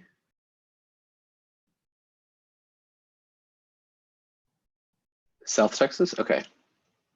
So I'm assuming it's they're going to use the what's it called? TCCNS, TCC, Texas Common Core Summary System. And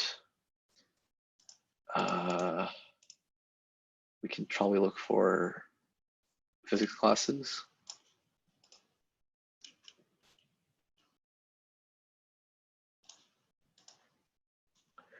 So I think you have to take university physics 1 and 2, and those are the ones that are going to count. So take physics 24, 25, physics 24, 25. It should transfer UT as physics 303K and 103M, and those are exactly the classes that you'll need for your engineering degree. So yeah. How do I keep up with that many classes? I mean, I've already dropped a few, so you haven't seen it, but I've dropped a few. Trust me, it's pretty unfortunate, but yeah. So I'm actually in only like 3 real classes right now. These 3, and then this one is like an online BS class that I'm in.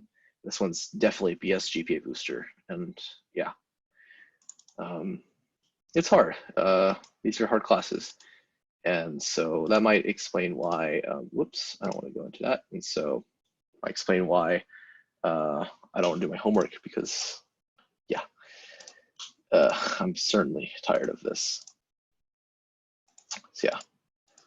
Any other questions?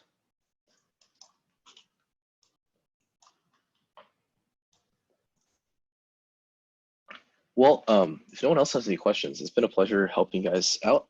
And if you guys have any like personal questions, you can always DM me. I'm totally available for that, whether it's on Reddit or GroupMe or Facebook or whatever. Just you can stalk me. That's fine. You can message me, and I'm more than happy to talk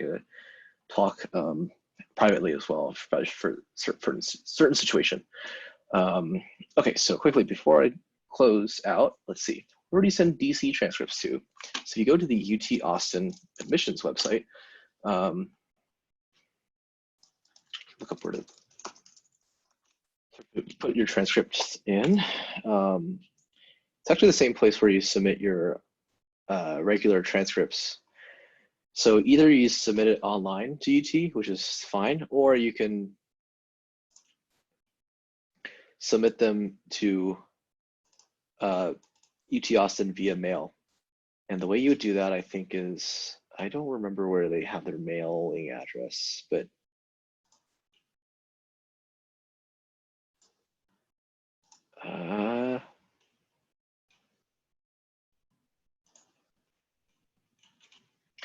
yeah, anyway, I don't know why they took it away, but they have a mailing address. And so you can just send it to the admissions office's mailing address. And yeah, that should be able, so we should be able to get it. We don't usually need the mailing address because most universities can send UT your transcripts electronically via their own systems, and that's fine. Any other resources that we should go and take a look at to learn about more courses? So you can check out the catalog, course catalog. It's like all the information about all the courses. For your specific degree plan, you can just Google like what your 4-year plan is going to look like. So for instance, UT Austin CS 4-year plan. Go to the CS website. They show you all this stuff here. You can look at it. Pretty cool, right? Sweet. And that tells you basically what you need to do.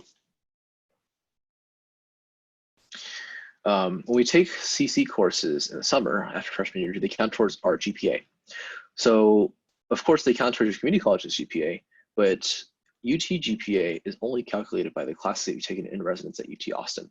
So yes, high school DC courses do not translate to your UT GPA, but if you are like pre-med or pre-law, these GPAs kind of merge together. So it's not just your UT GPA, it's going to be your dual credit GPAs as well, and your community college GPAs. So don't slack off, be sure to do well in those. If you're pre-law or pre-med, or just going to any professional like graduate school that does look at your college records, even if they're, even if you think they're just gonna look at your UT like records, they're actually gonna take a look at all of your college records.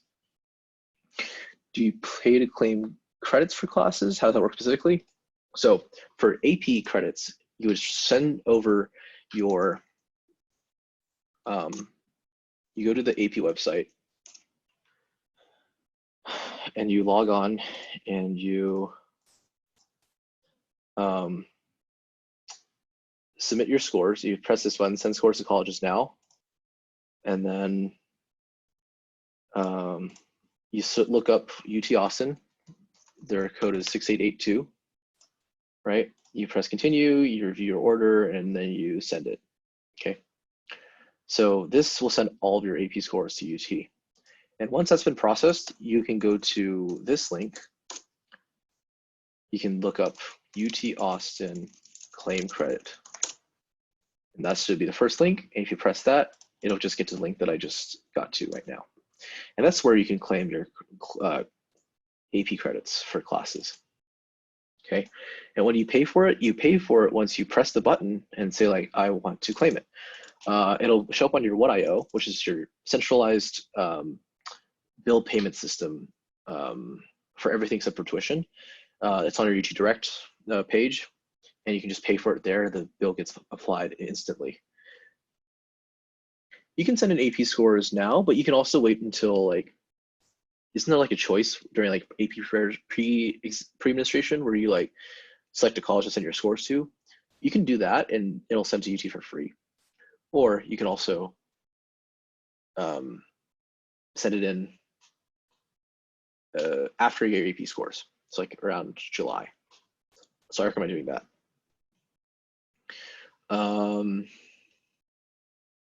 But yeah, these are things you probably don't have to worry about right now.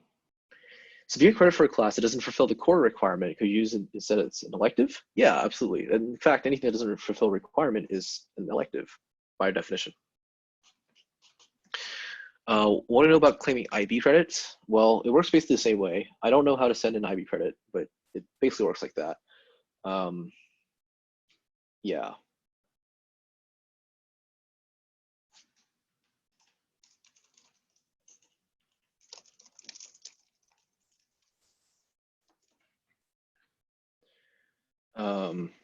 Do I know anything about the Texas Advanced Commitment and how scholarships are affected by it?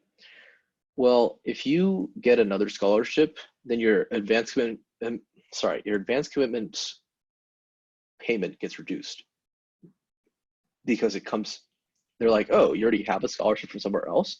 Let's take out money from your advanced commitment because they don't want to give you that money. That's like a very generic award that they give for low income students. And they want to save as much money as they can. So very evil of them, but that's just how it works. So if you can get a scholarship, I recommend not sending it to UT, if at all possible, because it is free. Or what am I saying? It's basically better for you to, I guess, pocket more money if you want, if you just keep that scholarship to yourself and not tell UT about it. Yeah, most scholarships do send it to the college. In that case, yeah, then you don't have a choice. If a scholarship can be legally issued to you without having to like be sent to the school, and again, I'm not clear on the legalities of this. It might be legal. If it is legal, then just do that. For financial aid, can you pay off loans anytime? And are there any early prepayment fees? You can pay them off as soon as you incur the loans. And especially for like unsubsidized loans, which interest starts accruing immediately after you receive them, yeah, you should probably pay them off as soon as you can because interest is bad, right? I mean, you're going to pay more money the longer you wait to pay your loans. For subsidized loans, it doesn't really matter because the government subsidizes the interest fees until you graduate from school, or if you go to grad school, until you graduate from grad school. So I would try, if you could, to pay off your unsub loans as soon as you can. I know a friend who has basically all unsubsidized loans, maybe a few subsidized loans, and the only way that he's able to, pay these off things quickly is getting an internship this summer. And hopefully it doesn't get canceled, because if it is, then he's kind of screwed. So yeah, we'll see. Oh yeah, you do go through loan counseling online if you take the loans. Also, if you're offered loans but you don't want to take them, you're in no way obligated to take them, even if they're offered to you. So you can go onto Cash and decline the loans if you want to. If you apply for an UP-sub loan right now, you can't really apply for one because it's assigned to you by UT, but through sending a FAFSA in. But you have the option to not take it later. Oh, yeah. So yeah, you get to pick what loans you accept for every single semester. So if you want to accept them for this year, but then not for next year, that's totally within your right to do so. You just have to send in a FAFSA every single year to be eligible for loans every year, right? So don't forget to send in your FAFSA if you need that.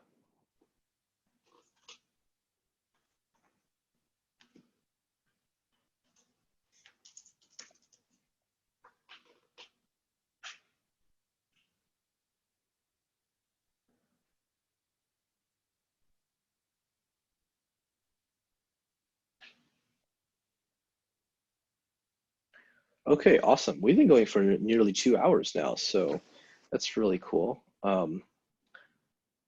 So let's see if we have any more questions. Okay, is it worth locking your tuition so you pay the same amount every year at a disclosed value you're told Not?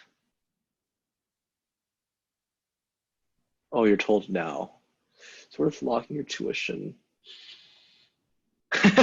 Yeah, the UT admissions, they don't give very useful advice, honestly. And that's why I'm very frustrated personally at them. And so I think it's just a lot better to give more useful advice if you just tell the truth. I don't understand why it's so hard for them to do that. But anyway, so is it worth locking your tuition so you pay the same amount every year?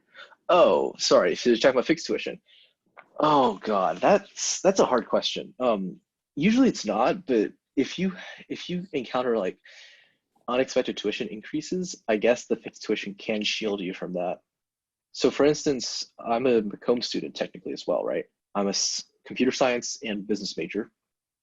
And because I have to pay the higher of the two schools' tuitions, I have to pay Macomb's tuition. Well, they increased their tuition for the next semester, and for each semester onwards by $500 plus 2%.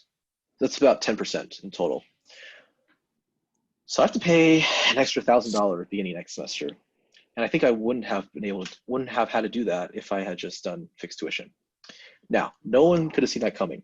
So it's just really a risk you're gonna have to risk benefit analysis you're gonna have to do for yourself. But keep in mind that this didn't apply to CNS students. So CNS students who are doing fixed tuition might still be losing out on money because fixed tuition, they always put you at a high rate in the beginning. Um, and depending on whether it actually evens out by the end of 4 years it really depends. It's like playing the lottery. There's really no way to um, there's really no way to predict whether fixed tuition is going to be more expensive or cheaper. But usually you're going to lose out if you do fixed tuition. They do the math so that you are probably going to pay more if you do fixed tuition because they don't want to lose money. Hey, Amrik, what's up? So Amrik is actually a UT student. He transferred in after doing CAP at UTSA his first year. He could also answer questions for you if you guys want. Let's see, if you take CC during the summer, does UT FinAid cover it? No, it is completely out of your own pocket for sure. UT FinAid does not cover anything outside of UT except for maybe study abroad. But study abroad, you have to talk with your study abroad advisors about that. And also, actually, usually summer aid is not really included in like the typical aid packages that you're given. So you can't just rely on the aid packages you're given for fall and spring to determine what aid you're going to get for the summer. So I'd be very careful about that. Yeah. Now, that being said, community colleges are cheap. So if you live in district for a community college, I definitely recommend taking it. I think the one in my I think the community college in my city is like 50 something an hour, 50 something credit hour. So it's pretty easy. Pretty sorry, not easy, pretty cheap. Summer, it can be pretty expensive. I know 3 credit hours alone can cost you upwards of $2,000. So if you go to the tuition calculator, tuition.utexas.edu, it can get really expensive. So I have to choose Macomb School Business. Yeah, so tuition, if I take 12 hours, it's going to be $5,000. That's the same as a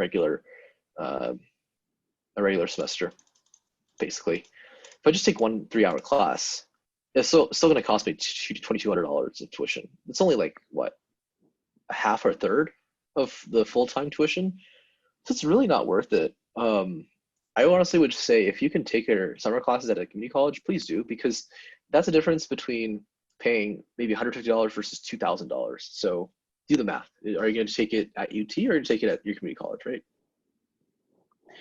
I think your physics classes are going to be 4 hours, so $200 maybe per class. It's nothing. That is nothing. So yeah.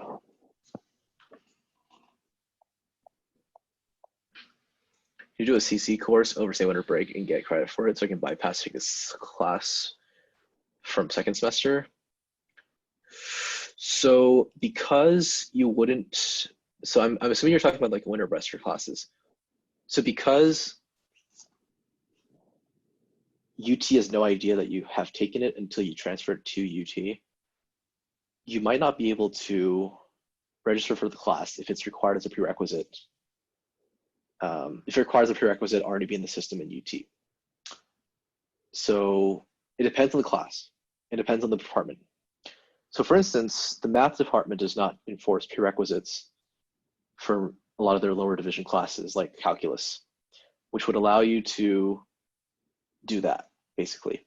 But if it's like another department, like, I don't know, something else, then it might not be very easy to do that.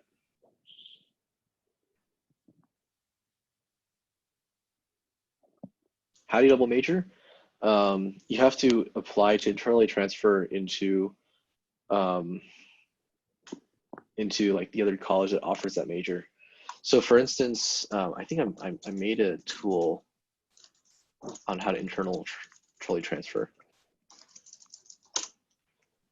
Right, so you can select the current major that you're in. So for instance, College of Natural Sciences, Computer Science. And let's say you wanted to add another major in CNS. Let's see what the process is. Well, so lucky for you, you wouldn't have to internally transfer. Oh, okay, if you're trying to do CS and math, then wait, you made the APOS and internal? Oh, please, I've made many more tools than this. I've just wait. If you want to do CS and math, actually that's one of the combinations that's extremely easy to do. All you have to do is meet with a math advisor during a specific period of time in the semester, and you can just add it easily. And all you need is 24 semester hours. I'm sorry, no, you need 30 hours in residence before you can do that. But if you're a CS major, it's easy to do it. Now, some people might not be as lucky. So for instance, if you're like a Macomb student and you want to transfer to CS, you have to follow the CNS internal transfer process. So you have to, oh, shucks, the link is broken. Yeah, they always rearrange this stuff so that, okay, whatever, I'll fix that later. But yeah, you can just go here and do internal transfer, right? So all this information is over here on how to internally transfer.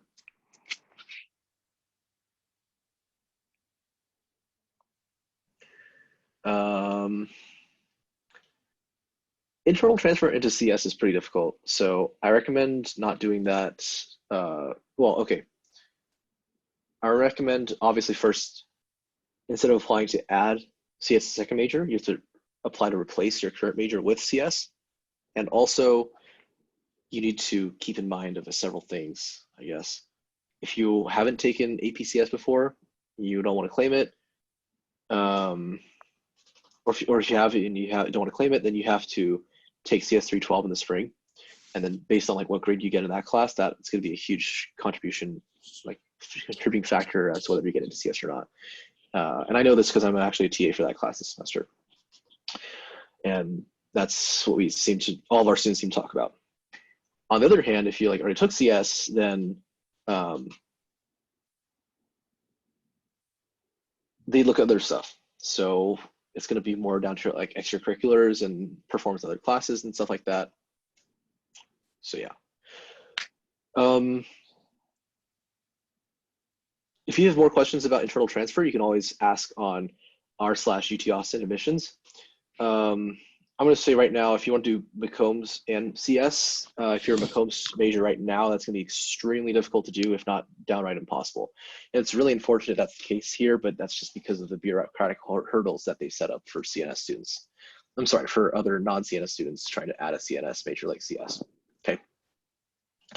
So you don't apply to replace your major, you apply to add another major. So yeah, you don't want to replace your major. That would make you just still a single major, but just drop your original major.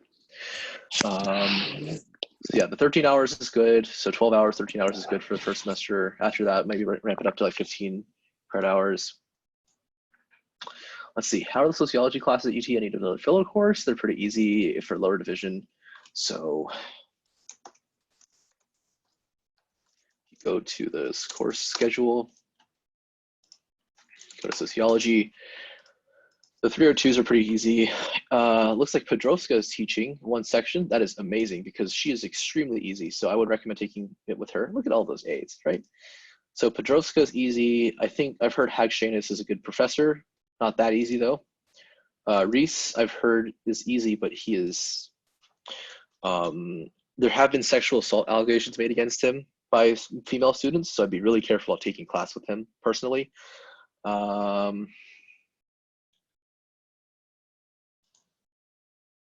Yeah, so probably want to take it with Pedrovska if possible.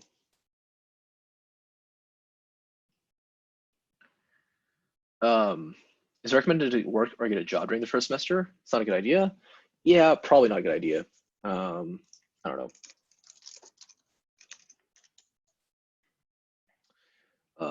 You can, I mean, there's like so many possible jobs you could do. So just find something that works with your schedule. If it doesn't work, then just don't do it, I guess. Um, I would say like for the people who do work, I've heard it's pretty difficult to balance that stuff. So yeah. How accurate is Rate My Professor? Well, Rate My Professor is pretty subjective. So it's not like is it accurate or not? I think it's like it can represent people's sentiments. People don't usually lie on Rate My Professor. They usually tell the truth about how they feel. But you have to know how to read them. And like after like, so this is my 4th year in college. Next year's gonna be my 5th year, right? And after a few years in college, I've realized like Rate My Professor is hit or miss, but it's good input. It might just be one side of the story. So asking your friends about whether to take a class or not is probably going to be the best idea. But yeah, using the course evaluations that UT keeps on file, UTCIS, you can look up UT Austin CIS evaluations. Course instructor survey results are available publicly for everybody to look at. And so if you want to look somebody up, like this guy, yeah, you can do that. So if I look at like, let's say his course evaluation for this class, yeah, not as good. So this is like his data is here, 4.0, 3.3 versus the organization average and the college school average. So this person has a below average class. And funny story is, if I had looked at this, I probably would have realized that this class is utter shit. And I took it at the beginning of the semester and I dropped it right before the drop date because yeah, this guy was horrible.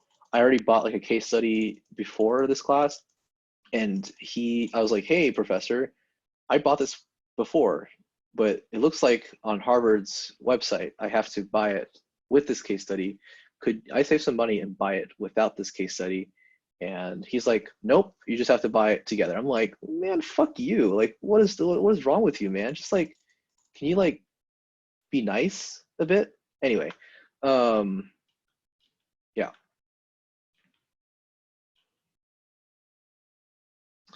Okay, so process to become a TA, benefits to become a TA, process getting into work in the dean's office.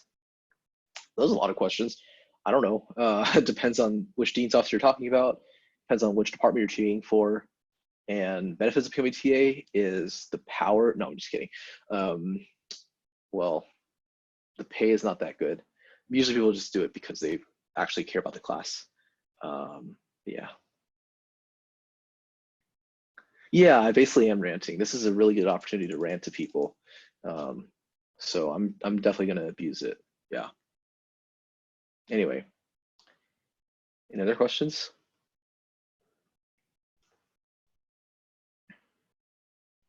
Let me try to find an example of an instructor who everyone likes. Well, let's look at Pedrovska. Because for all I know, I could just be spewing utter bullshit and saying Pedrovska is easy when she's not. Well, let's look at her recent course evaluations for 302. Looks like everyone says she was 4.5 and 4.4. And then look, the averages are lower than that. So for the other like organization, college, school. So yeah, maybe I am. Maybe what I said has some merit in it, right? Just tell some stories about college. So let's see. Greek life is heavy, but if you don't want to be a part of it, you don't have to be part of it, and you don't have to do it. Let's see. The process to become a TA, it highly depends on which department you're talking about. In the CS department, that's the only one I'm familiar with. You would apply like in the middle of the semester for the next semester. And you also should talk with the professor to see if they're interested in having you on as a TA.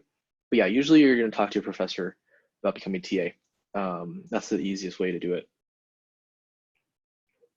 Do I feel left out of the social scene if I don't pledge or rush? I feel left out of the Greek scene, yes, but I think that's a good thing. That's a benefit. I don't want to be in that scene personally, so that is good. Yeah.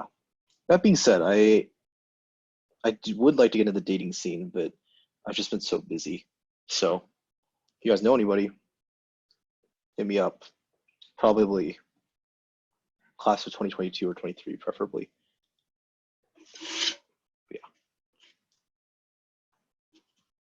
But yeah, UT is a good environment for all this stuff because a big school.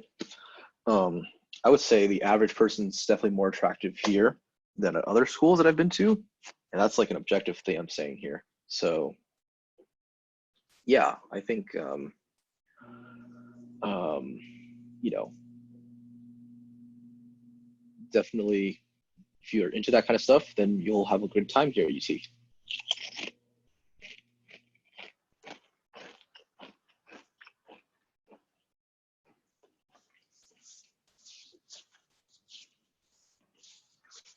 So yeah, I'm just eating some Pringles. Sorry about that.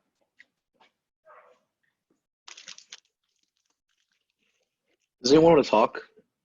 You guys don't have to just limit yourself to the chat. You can feel free to unmute yourself and we can have a real conversation for once.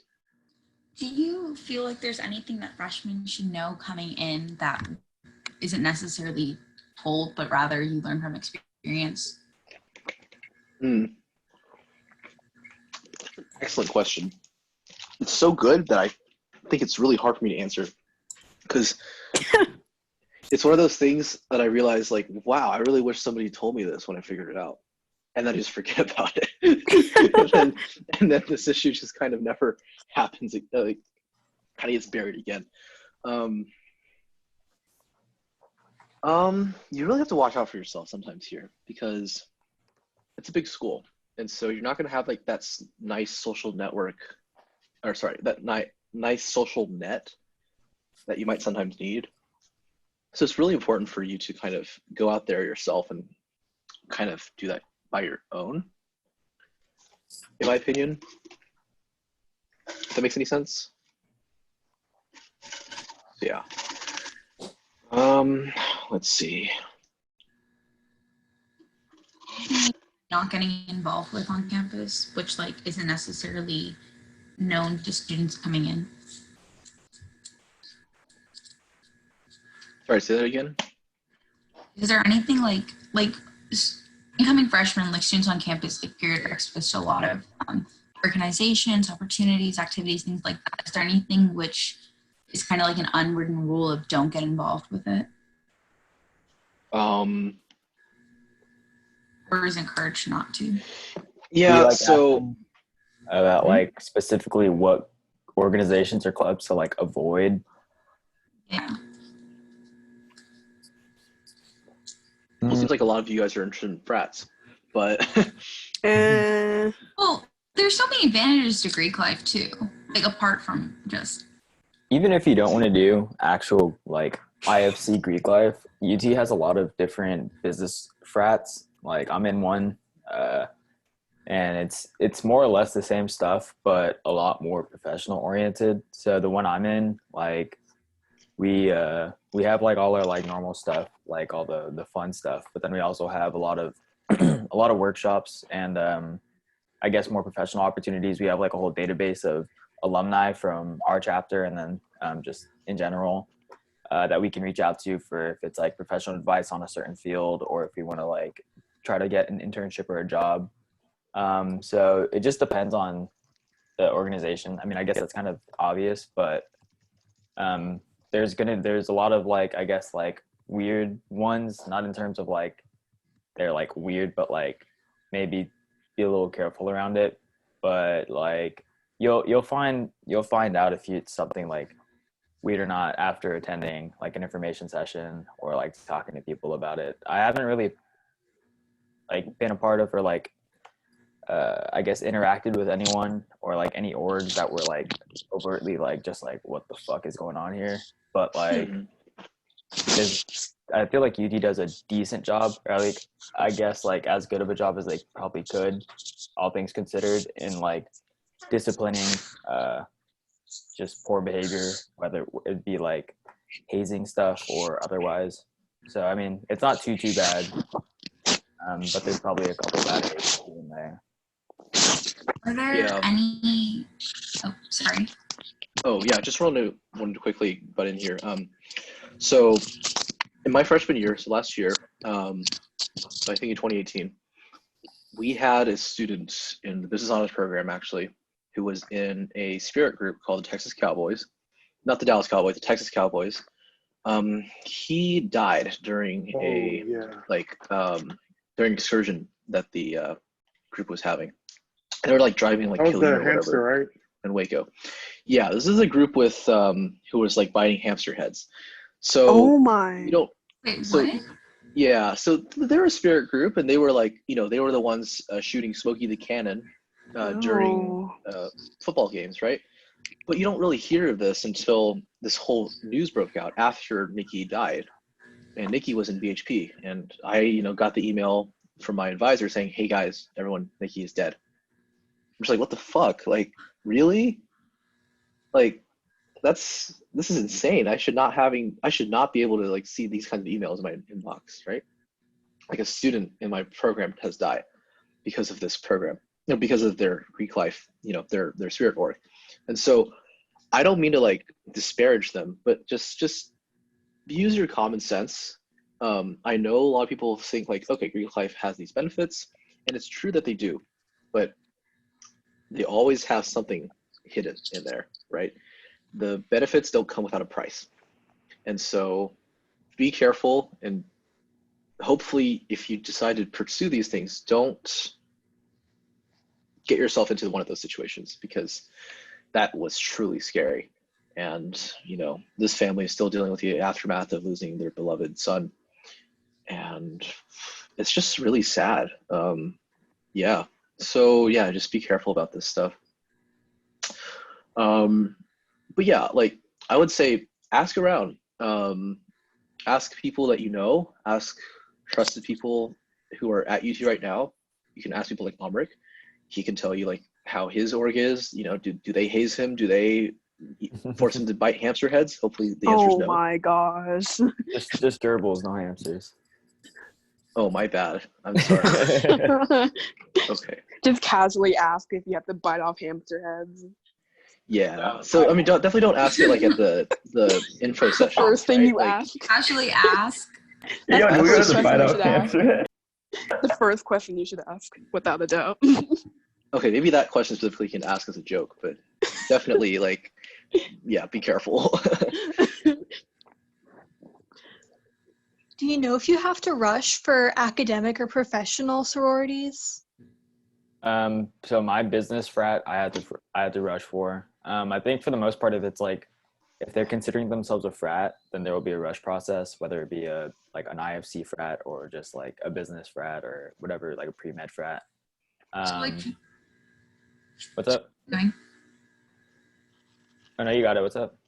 For like the business frats or like the business sororities and stuff, how like are they usually the regular rush process, or are they do they do it solely through the business school? So they have their own process, or at least I can't speak for AK Psi because I didn't rush them. I only rushed PCT.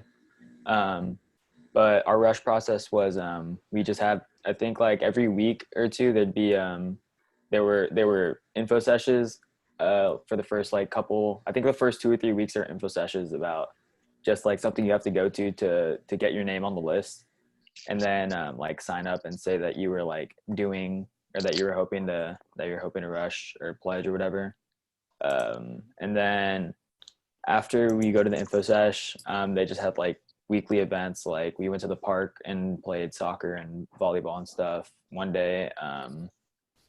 I think we would, like, towards the end of the rush process, they start forming these like smaller groups, which is like you and like 4 or 5 other people rushing, and then like 1 or 2 actives, and then you go like eat with them or you go do something with them, and then they have like these interviews. So I think the first they up until like, I think so it started at like the beginning of February, and I think like the start of the 3rd week of February, or maybe like the end of the 3rd week, we had this thing called speed dating, which is like all of the people that didn't get cut from the first round, they went to the SAC, and there's this really big ballroom there, and there's a bunch of actives sitting around in a circle, and you just like go in groups and you talk to them for 2 minutes each, and they'll ask you whatever question they want, and after that they'll see if they like you or not, and then they'll do another cut based off of that. So I think it goes from our rush class is probably like 140 people, and then I think it got cut to around 90 for the speed dating, and then after speed dating it got cut to 60 people. I think 60 people got interviews, and then after interviews, that's the last part of it. It got cut down to 40 people.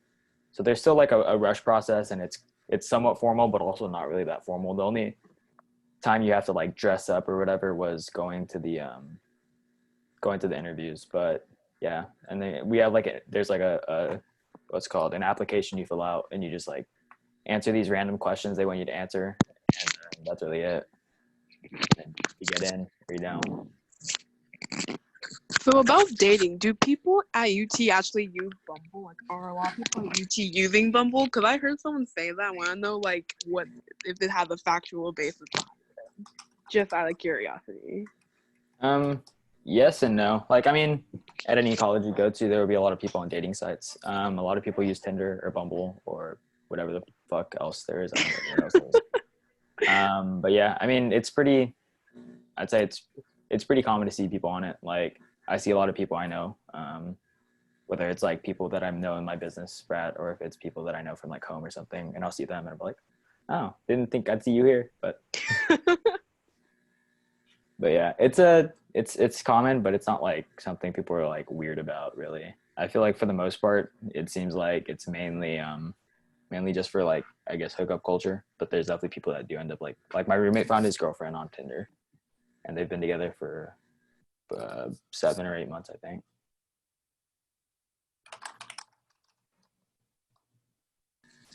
Are there are there any sexist or racist admin, faculty, teachers, or organizations that really should just be like forewarned, said about? That's a good Racist question. faculty members? Yeah, or admin or sexist ones, which are just like publicly, like everyone knows they are not. Yes. I mean, the university has only recently started to publish a list of faculty or staff members who have been accused of or have been confirmed of violating sexual misconduct policies at UT. They didn't do this until this semester after student, student advocacy. But I can tell you a few. I'm going to name and shame right now because people do this, and I think it's honestly pretty good to do that. Just keep yourself safe, right? Because you don't want to be taking like a class with a sex offender professor without even knowing it. So, can everyone see my screen? Yeah. So the first person to be careful about, and these I think are all professors in college of liberal arts. No correlation, just like FYI, like if you're in cola, you should pay attention. So in the philosophy department, we have a few people. So there is a professor named Sahotra Sarkar. He's been accused of sexual harassment, and he was suspended for a semester for it. We also have a really creepy dude in the classics department. I think he would be teaching one of these classes, right? No?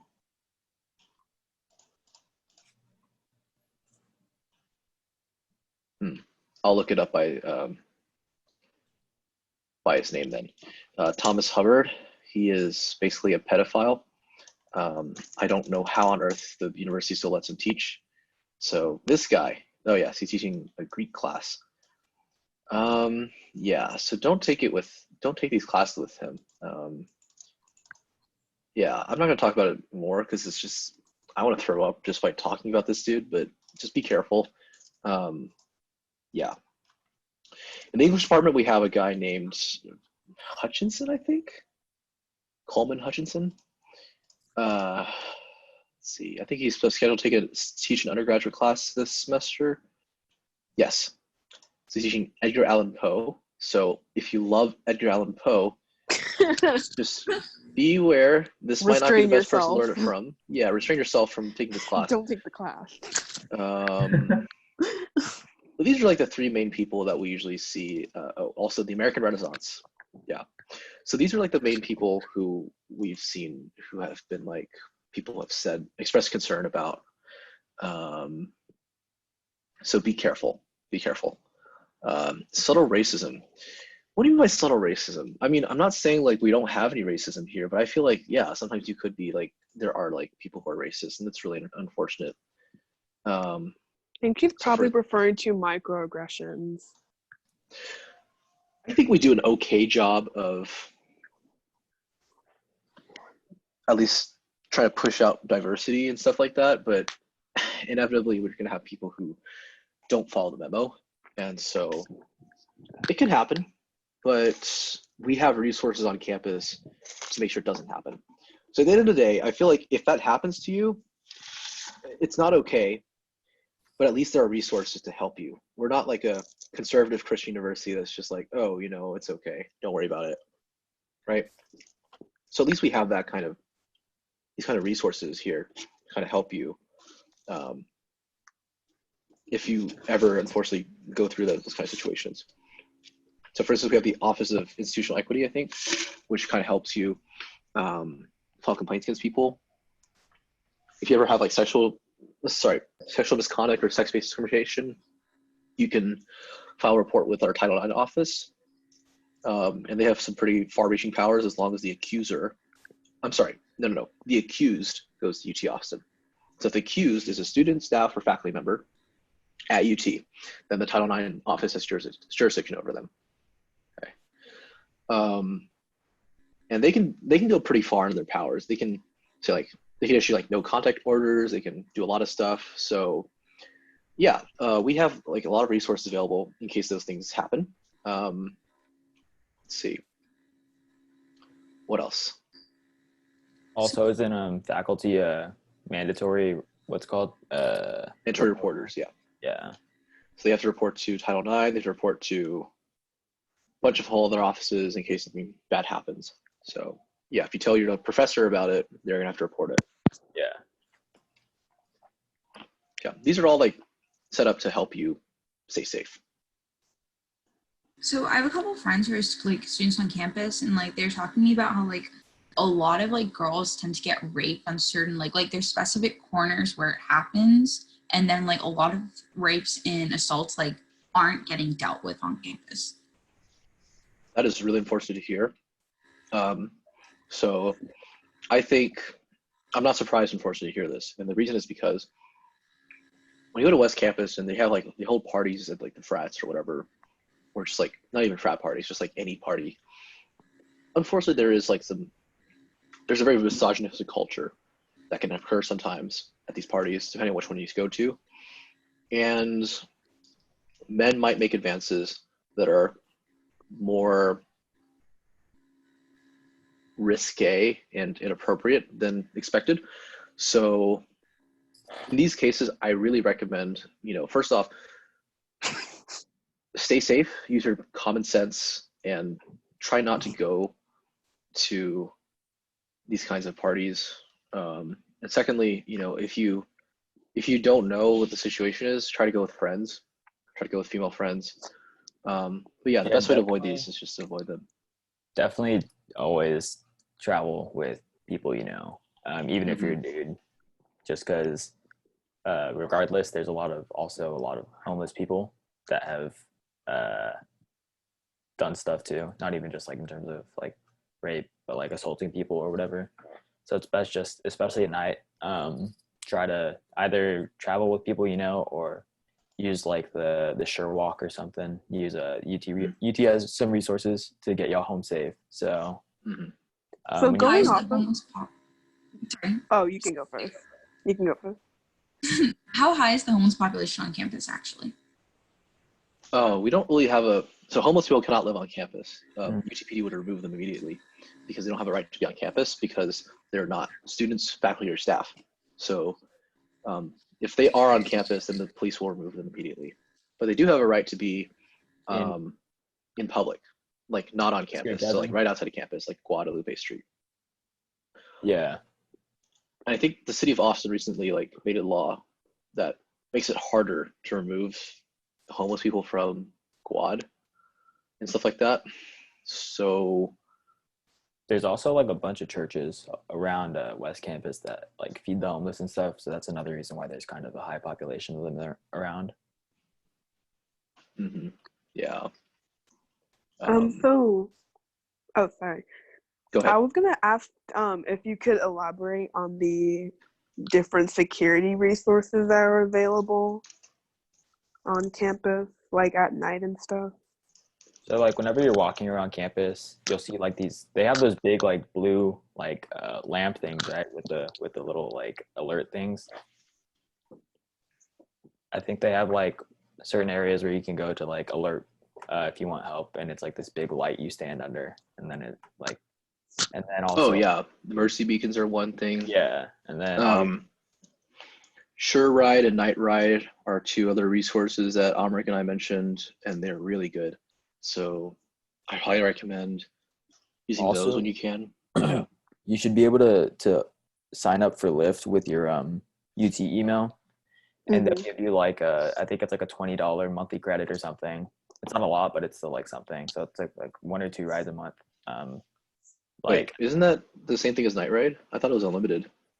I think like within the 2.5 miles around campus or whatever, it's unlimited. But like they give you like a $20 credit, or at least that's what Oh, one of my friends were telling me. Oh, is this exclusively with Lyft, or does this apply to any other?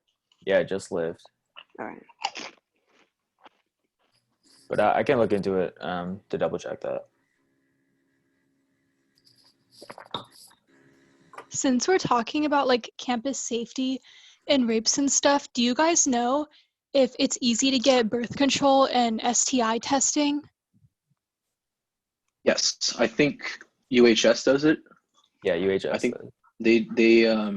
they contract with like this off-campus testing company called like Clinical Pathology Laboratories or whatever it's called.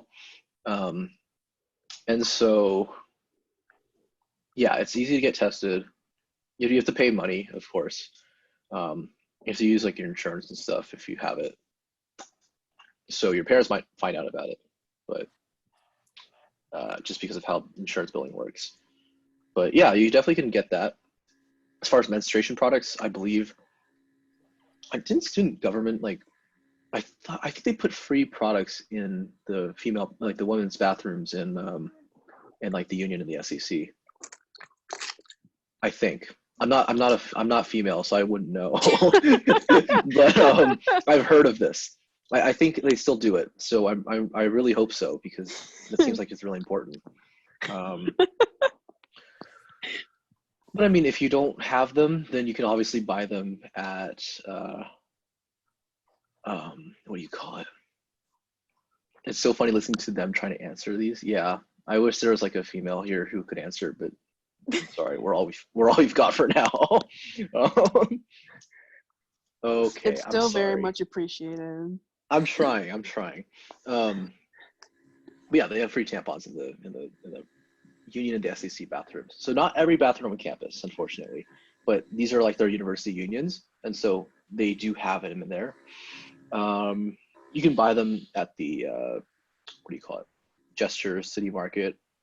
You can buy them probably at like Kins Market. You can buy them at Target. CVS's are on Quad.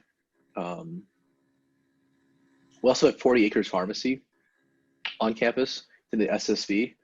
So yeah, you heard some horror stories about trying to get mental health and counseling help. Yeah, these are correct. As I said earlier, from my experience, if you don't say that you're at risk of suicide, they're not going to help you as much as you Dang. need.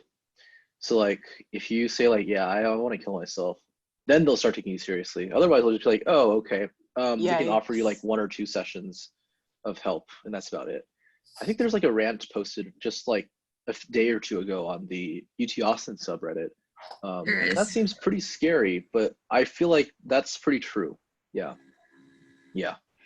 Um, Is there like a specific 1 or 2 organizations which have the biggest involvement and or impact and stuff with the student body? Or like um, class, Student government and Senate, like right? some of the other universities like in Texas have class positions for like each student year.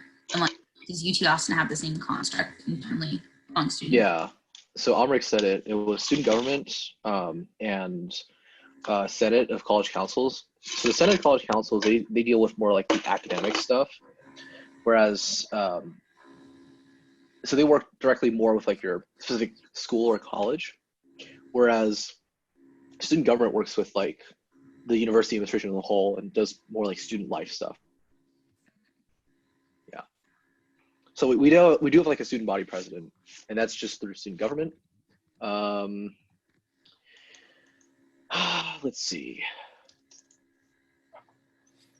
Yeah, Senate of College Councils also can like offer you like they kind of help with like academics and stuff like that. And I've actually had some problems in my classes before, and I've been talking. I would just like talk with people in my college's councils, like the Natural Sciences Council, for instance, and they'd be able to help me, and they're pretty helpful. Yeah. So if you want to help with these, you can apply. I think at the beginning of the year for some of the like not elected positions. Senate is not elected, but student government is. So if you want to run for a student government position, you can do that. At the beginning of the year, you can run for the first year rep positions. There's 2 of them. And then in the spring, that's when the general elections open up, and you can like run for like a position for like your college's rep or whatever. Cool. Thank you. No, student government isn't really a popularity contest, I don't think. Or at least like it seems like this like most recent election, wasn't there like some issue with it? Like the votes? Oh, is there? Wasn't there something about like there's I think someone on like the Daily Texan or something wrote an article about it. But did. they're saying how like the way the Oh, votes worked out, like something didn't really add up. Right? wait, was it that one campaign that got disqualified because of like all the violations they had? Oh, maybe. Honestly, I read it like once right when it came out and haven't really thought of it since then. Let me try to find it. Yeah, I don't actually know either. Like, I was like, I have classes to take right now, and I need to worry about those things first before worrying about student council. Yeah. So, sorry, student government. So yeah. But I mean, Yeah. No. Oh, sorry. Oh, go ahead. How do you get involved with the dean's office specifically? Because like UT's process for it isn't really like verified online. So what are you trying to do in the dean's office? I don't know what there is because it's not really clearly stated online. I'm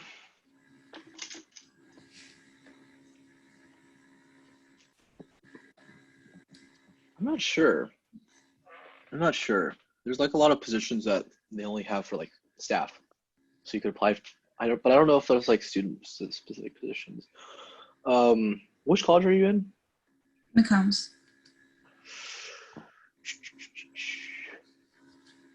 Yeah, I'm not sure about the dean's office specifically for McCombs.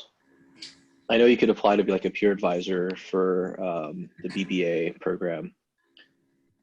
I don't know. McCombs kind of has a different structure than most colleges do Why do you say that? because they centralize a lot of their undergraduate services and stuff like that into like one office, and like they kind of move some of the dean's office functions into that rather than the other way around. Whereas like other colleges, they kind of centralize their advising into the dean's office. It's hard to say. I'm not really good at answering this. I'm just not sure how you could apply for a job in the dean's office per se.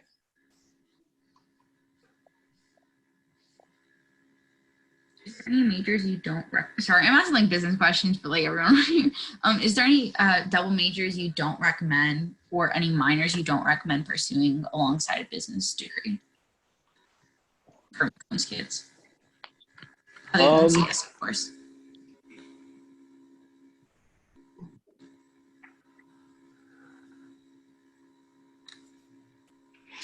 I mean, I don't think there's like any specific major or minor that you shouldn't do. All comes down to what you're interested in, right? The only limits are going to be your time and the quality of the major or minor. And so there are not really that many bad majors or bad minors that you have to worry about. The main concern I would have is whether you have enough time to not only do business, but also to do your other major or minor. And so if you're trying to do like business plus pre-med, that's a popular combination, but it's really risky because Wait, risky? because it's a lot of work. It's a lot more work than just regular pre-med. There's not a lot of overlap between McCombs and pre-med. And then, Are you talking opinion, about a double major or a minor? well, pre-med's not really a major. So like Or what I a mean, lot of people like, do is, Like a if you're a Macombs kid wanting to do pre-med. yeah. So what you do in that case is you don't have to like be a bio major. Like you don't have to be like a McCombs plus bio major. You could just be a McCombs student and complete all your McCombs classes. But those requirements are already like pretty heavy. And if you add that on top of like pre-med required classes such as bio, OChem, biochem, that's a lot of classes and a lot of effort to put in. And so it can be pretty taxing and challenging, in my opinion. So I'd be careful about that. Just this personal suggestion. And also the career paths widely differ. It's very different trying to become a doctor, trying to go to med school, than it is trying to get a IB banking job in through McCombs. So you're just gonna have to kind of do both at the same time. And as a CS and business student, like doing both, I found it's really difficult for me to, try to pursue both CS and business kinds of like internships. It's just difficult because once you stick with one side, you're kind of having to like be pushed to that side because of your resume and your experiences.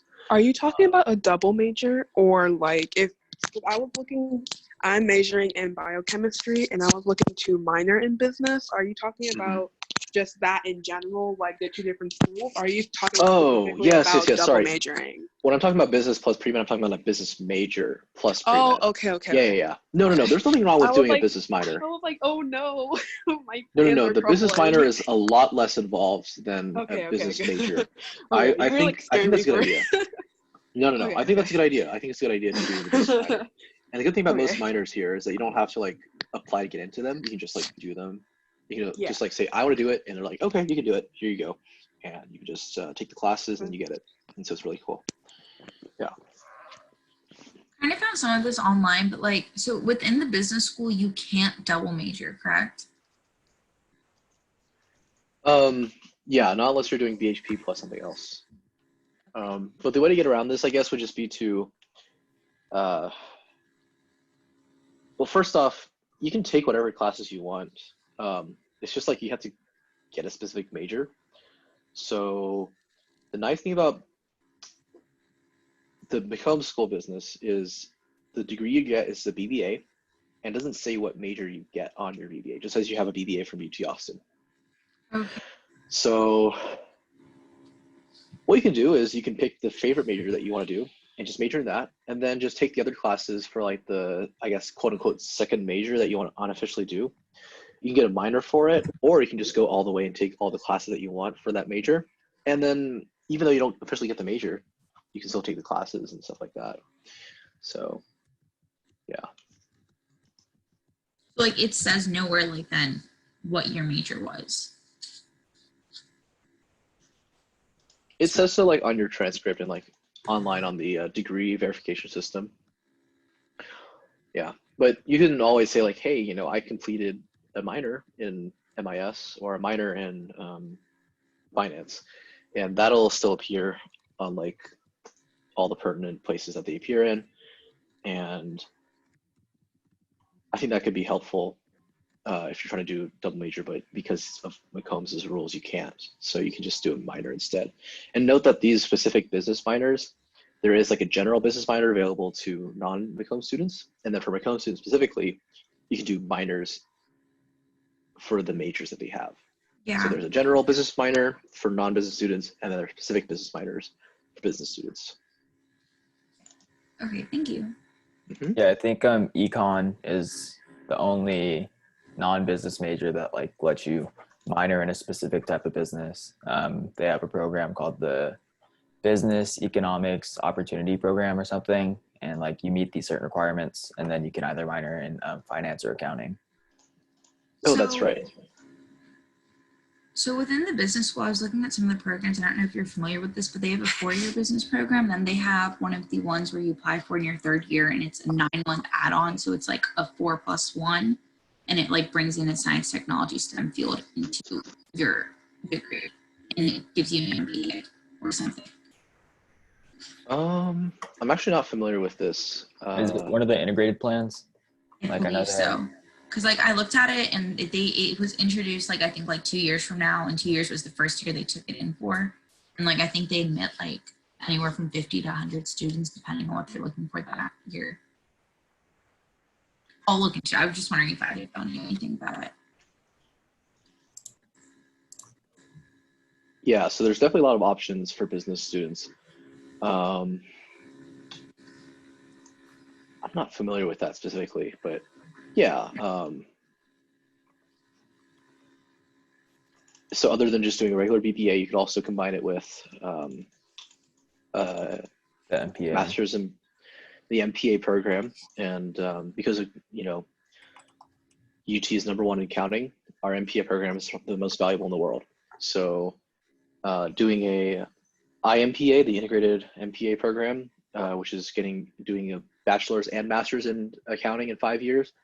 If you want to do that, definitely do it. You will for sure get like a accounting job at the top 4 accounting firms, like no question about it. That's how good this program is. So that's one option that's very popular. The EOP is also an option for econ students. I think other econ than also that- has like a like some econ majors can like do some MPA thing too. Like there's a specific program for that. Yeah, something like that. Let's see, for current students, we can go to, yeah, so there's like a lot of programs out there, and if I'll be honest with you, like it's pretty,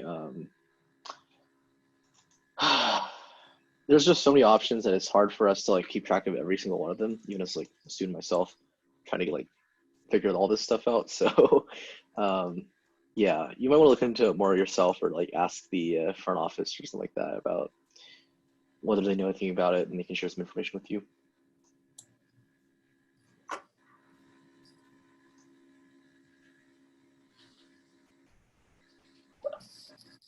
Why did you guys choose UT, and why have you stayed and not transferred out?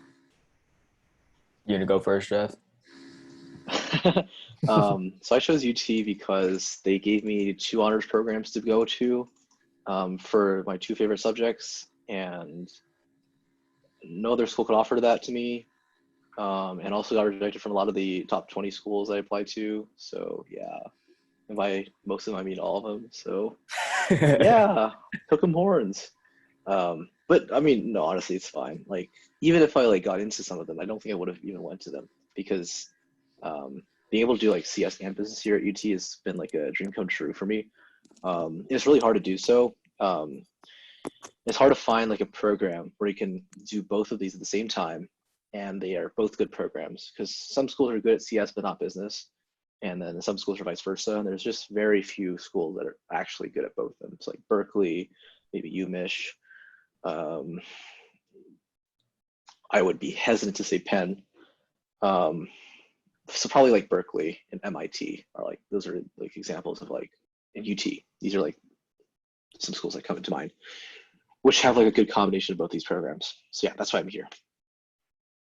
For me, I honestly don't really like have a reason why I came here other than like all of my friends are here. So like in high school, I basically made my current friend group. I met all of them in high school. Like they were all friends through middle school and stuff, but I met them in high school.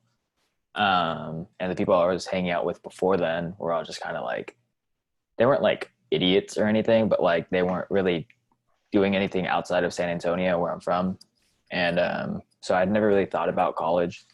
And then junior year or senior year started rolling around or whatever, and it was time for me to apply to schools. So all my friends were going to go to UT, and I was like, well, might as well try to go there, I guess. So then obviously I got rejected because I didn't try in high school very much, but I got CAP. So I did that, and now I'm here. Also, I mean, I like football, so good football team. And I think honestly, Amrik, even though he did CAP, it's like, from what I've like heard from like talking to like other CAP students as well, it's like after you do CAP, like you still come to UT and you can finish your degree here, and like you still get the same experience. So maybe like you're like short like the first year, but like I've never heard of like any students saying like regret doing CAP. They just think like maybe the CAP school experience was not the best because of how badly the program is run. But like Amrik is here and he's a UT student, and like it's definitely like a valid pathway. So yeah, for sure. And even still, like even people that don't end up coming to UT through CAP, they all end up liking their school or like finding a reason to stay at their CAP school. So if you end up doing CAP and you start thinking maybe I want to hang out and stay at this school, it's not weird or anything. I mean, I don't think anyone here is in CAP, but I mean that's something to keep in mind too. yeah, good advice for anyone who has friends in CAP though.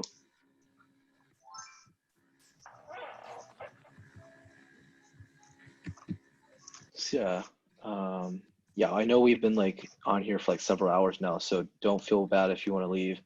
Wait, what time did you start? 4:20. Bro, what? Yeah, I know. This has been going on for a while. Might be a good time to actually wrap up pretty soon, actually. 'Cause I know everyone here is kind of tired. Yeah. Y'all if it really weren't just been those sitting here for wrinkles. 3 hours? I mean, what else That's can you do crazy. during quarantine, man? Fair enough.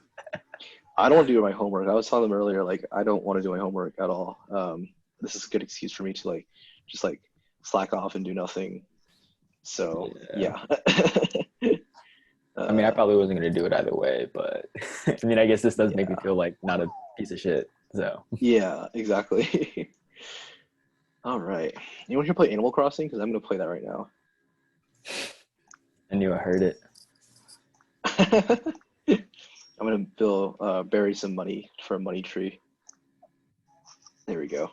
Awesome. Very some money. Hey, for the person on here who's doing Summer Institute, DM me on GroupMe, please.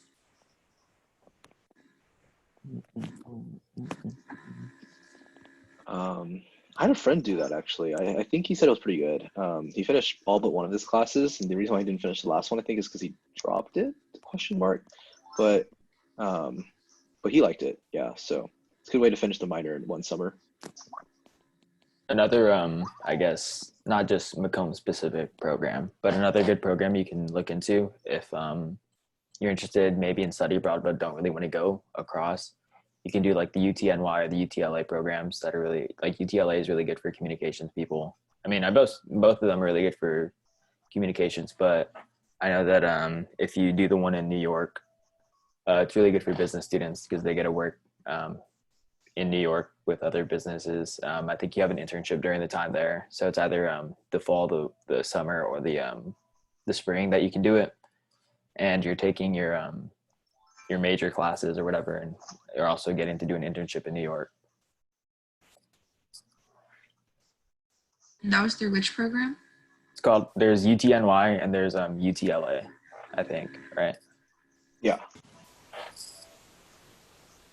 So is the Macomb summer is the summer program for business majors or non-business majors? It provides you a minor and The summer institute is for non-business majors only. okay. But Macomb's majors, they can do UTNY, UTLA. I mean, probably they have more interest in UTNY because of investment banking opportunities. Yeah. Is UTLA open to everybody? I thought it was just Moody. Oh, is it? I thought they were. I think UTNY is for everybody, but I think UTLA was just Moody. I might be wrong. I mean, I think it's mainly for Moody, but I don't. Actually, I'm not sure about UTLA.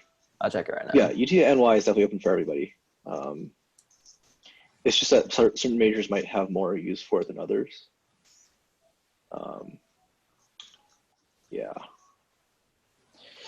Let's see. Something else I wanted to Exactly say. does the UTNY program like project that to achieve? You say that again?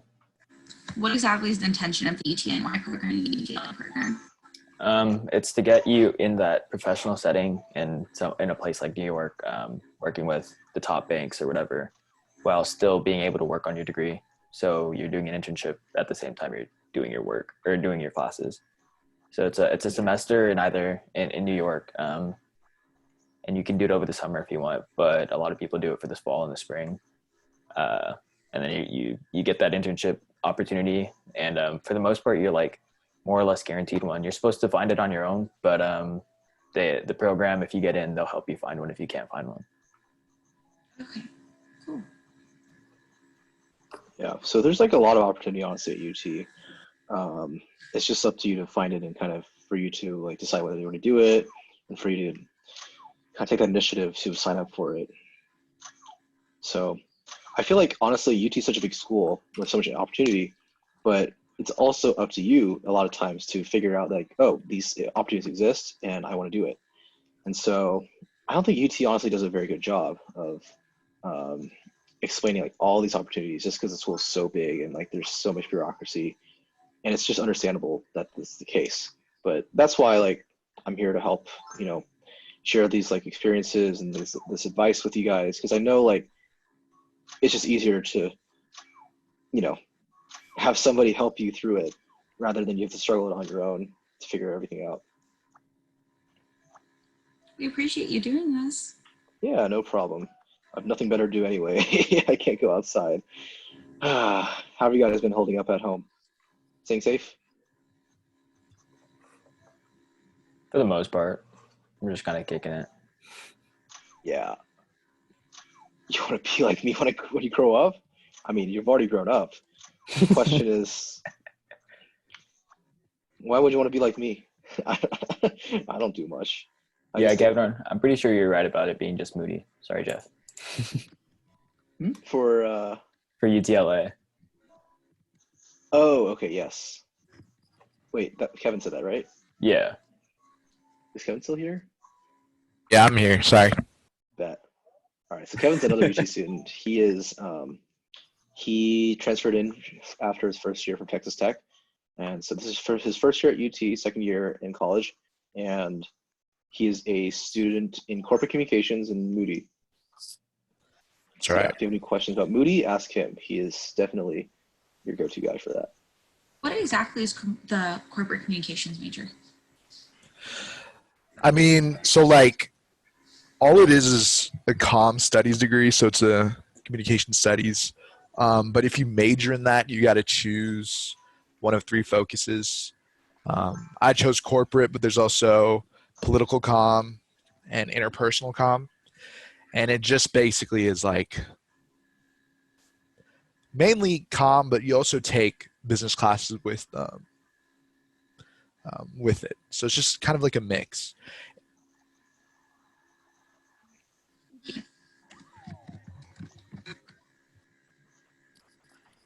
Oh yeah, if you want to help incoming freshmen, I would say I'm biased, but you can go to what do you call it?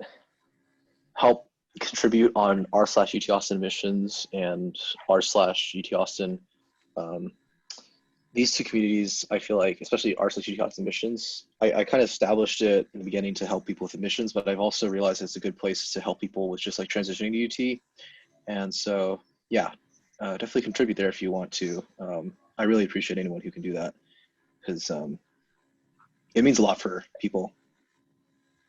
And both are really growing really fast. So the more help Yeah, you can get, the better. for sure, for sure. You guys heard anything, any like pros or cons in regards to the pre-law program that UT offers? The pre-law tract? Hmm.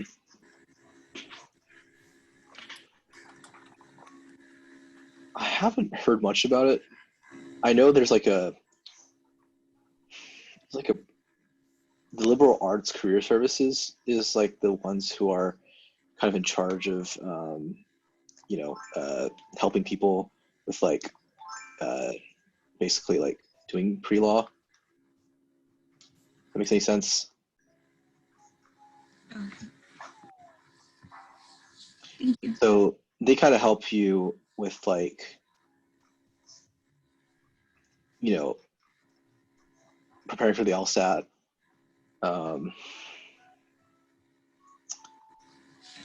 law-related career opportunities for undergrad, et cetera, like that.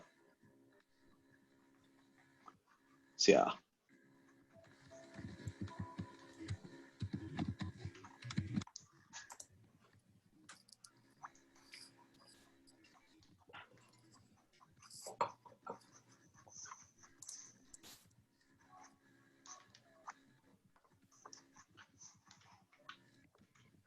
All right. Oh yeah, and yeah, internships usually pay. So definitely recommend doing an internship if you can, because money is good, I guess. They can help you pay off your student loans. It can help you, go eat out more often when you're in class, stuff like that. And so I feel like having an internship last summer really helped out because kind of gave me like a nice little windfall so that I don't have to like, live a broke student life. So yeah, I recommend doing an internship if you can. So yeah. Anyway, so I guess if no one has any more questions, I'm personally gonna leave, but I don't know. Amrik, do you want to stay or do you want to else take a break? I mean, I don't really have anything to do. I probably can't answer questions as well as you might be able to, but if anyone has questions, I can. No. He's being way too humble. Amrik is actually like really good at answering questions, like no doubt about it. Please So end at 7:30. yeah. Isn't it 7:30? 6:90? Oh my God. Okay. Yeah. Bye. All right. Catch you later. Later, Yeah, we can Doug. do another one of these sessions if y'all want, like at a later date. I know Amrik is doing one for CAP students specifically, so Yeah. yeah. Yeah, let me know if you guys are interested in like what you want me to hold another one. I'm more than happy to do that. I have one last question, and I promise I'm done. Do you recommend an internship in Austin while being a student during a semester, like in your upperclassmen years? Ooh. Usually those internships that you do during the semester can be less involved if you're taking classes at the same time with them. Because I'm just gonna be honest with you, like taking classes and doing an internship at the same time, you're not gonna have time to do both of them well, unless you don't sleep. So I recommend like just doing internships separate from when you're doing classes. Okay, thank you. Mm-hmm. No problem. So yeah, college, is very exciting, and there's like so many unknowns out there and so many possibilities you can do. So that's the great thing about college. And yeah, I'm really glad you guys are asking these questions because these are really helpful, really thought-provoking, and very goal-seeking questions, I guess. Yeah. It's also good to hear some of these questions because it's some stuff that we don't really think about. Mm-hmm. So it helps us to know what we should look into a little bit and get some more information on. Exactly. But yeah, I guess I'll hang around for a bit. If y'all have any other questions, it doesn't have to be about UT. It could be about just like whatever you want to ask questions about. And I'll do my best to answer them. Yeah, and Amrik is way more involved in UT, like just student life in general, than me. So if you got any of those questions for him, definitely ask him. He's your guy. I live off campus right now. I'm a sophomore, so me and my friends have a house like 2 miles away from campus. But next year we're living in West Campus. But if you have Not at questions, least that. we haven't signed yet, but we're looking at one of the quarters places, either quarters on Montgomery or quarters on Cameron, or maybe Rio West, just because all of our friends are staying at like 26th or quarters on Cameron. Okay. Yeah. I might sign at Rio West too because they got some pretty good smart housing rates. Yeah, But- we were just looking at that because my friend sent me a text saying, I don't know if you're still looking or not, but this place low-key kind of cheap. And I was like, yeah, I can fuck with that. Yeah, Rio West, it's all right. It's kind of, I don't know. It's convenient for Moody because it's Yeah, for right sure. there. But if I had, classes in the 6-pack, like if I was an underclassman, I probably wouldn't recommend Oh, it. yeah, It's no, for sure. a little far. Yeah, no, it's definitely, it's a little bit of a trek. Yeah, But it's also right next to Whataburger, which it's is, true. There are some good restaurants and nearby, Cabo. so that's good. Yeah, Yeah, In and Out, yeah. Dirty Martins. Basically buy all the good food. Yeah, nobody asked today, like, what's a good restaurant? I'm not gonna lie, I'm a little disappointed in y'all. But no, it's okay. Yeah, the restaurants we just named are some good ones, so definitely go check those out if you can. I should have went to Cabo this year. I have not been to Cabo because it's just so far away from my I place. miss so- Cabo, man, already. Dang. I went last week. Are you still in Austin? Yeah. Oh, okay. I just Oh, don't wanna be okay. I home. thought you were in San Antonio. Nah, I'm here with all my roommates. Nice. That's good. Quarantine with the homies. And doing our best to stay sane. It's a lot of jumping between doing family activities and like murdering each other. And taking classes as well. Not Yeah. even that, dude. Oh man, these onlines aren't fun, bro. I can't do it. I Yeah, me agree. too. Like Me too. on Wednesday, I literally tuned into my 9:30 and I was like, I'm so tired. So I opened Zoom right at like 9:20, Mhm. and then I was like, I'm gonna sleep a bit before the guy starts lecturing. And then I wake up and the next thing I know it's 11:07. And I switched to my 9:30 class. Yeah, I somehow have been late more times to my online 9:30 class than I have been to it when it was in person, Oh my which is gosh. just not acceptable. I keep coming in late, and my professor's just he's so disappointed in me. Yeah, it's fine. It's fine. It'd be like that. Oh well. Let's see. I have a question directed at Kevin. So, what does your major intend to do specifically, like legitimately? I mean, it's pretty Double broad. major outside of McCombs College. I'm trying to find a major. Like, Yeah, it's pretty broad, like communication major is. But I think a lot of people, like for me, I'm kind of using the corporate communication degree as like a backup. I'm trying to be a pilot, so it's not really something that I'm focusing on, like in terms of jobs. But a lot of my friends and people in that major, they'll do human resources. That's like a pretty popular one, or like I don't know. I know for political comm, like campaign managers working in political campaigns, that sort of thing. Corporate comm is just sort of like HR is the only thing that I can think of right now. But I mean, corporate comm, like people just go into business with the corporate comm degree. Yeah, for sure. I have Yeah. there's a lot of, not a lot, but there's a good amount of people that work with my dad. He's a financial analyst at USA, and they have like corporate comp degrees. All you need really, like you for the most part, like for a lot of like non super technical jobs like engineering and stuff, you could have like a pretty generic degree and still become like an accountant, or like there's a good amount of stuff you can still do, like regardless of what your degree's in. You just need to have like demonstrated that you have like the certain skills or whatever that are needed to do that job. What does it necessarily say on your degree when you graduate with the corporate comm degrees? Is it just like put it under one degree, or does it like specify if it's corporate, political, or? I actually don't know. I know it's a Bachelor of Science. I think they would explicitly say corporate comm, but I haven't looked into it. So it's a Bachelor of Science degree. Yeah. Okay, thank you. Oh yeah. Also, if anyone was interested in economics, it's in the liberal arts school. If you didn't already know that, and it's a BA. So if you do it, you're required to do a minor as well. And if you're interested in like the business side of things, then you could do the BEOP thing. Otherwise, a lot of people do like government or something for their minor.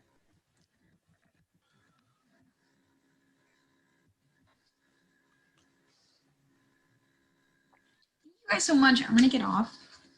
Really appreciate this. Good. Yeah, no problem. Thanks for joining us. We really appreciate Have a it. nice night. Stay safe. You too. Oh, someone asked, what is the difference between BA, BS, and BSA? So BA is a Bachelor of Arts. It's going to be usually like more liberal arts classes oriented. BS is Bachelor of Science, and it means like it's more oriented towards like science classes, and a BSA is going to be a combination of both. So I think the BSAs are offered by the College of Natural Sciences. So I actually decided I'm probably going to, instead of pursuing a BS, I'm actually now going to do a BSA and graduate earlier because of the economy and just like some other situation, like events that happen. And so I'll get a BSA in computer science. And even though it's not a BS, I'll be able to graduate earlier. I use some like liberal arts classes to kind of fill in the remaining requirements that otherwise would have been filled in by CS classes. And that will allow me to still get a job, you know, with my CS degree. Same CS degree as, you know, anything else from UT. It's just different way to approach it, different way to fill it. So yeah, that's usually more of a choice people have in CNS rather than engineering. You could choose any minor, or is it limited to the college your major is in? It usually depends. I know like for some cases, like McCombs has like their business specific majors, business specific minors. So you can't do like MIS if you're outside of McCombs. But CNS doesn't have minors, right? And then CNS doesn't have minors at all. They only have like certificates from like CS or whatever. But yeah, you can't minor in physics, you can't minor in math, which is really stupid, but whatever. Anyway, but yeah, usually minors are open to everybody. There are just a few minors that are like closed and like you have to apply to. It's like the entrepreneurship minor in McCombs is open to every major, but you have to apply to it. If that makes any sense. Yeah, if you're engineering, you're gonna have a really busy degree plan already. Honestly, engineering is a good undergrad major to have. I would just stick with it if you really want to. You know, if you really want to like learn something else, either do it and spend like another year at UT and finish it up, or you could actually even finish up your certificate a year after you graduate. Just options to consider, you know, up to you. Yeah, but there's so many ways to do what you want to do. It's just a matter of being creative with how you want to do it. So for me, like I didn't come in wanting to do a BSA in computer science, but the way that I've structured my plan, it's definitely doable, and I'm very happy about it actually. So yeah.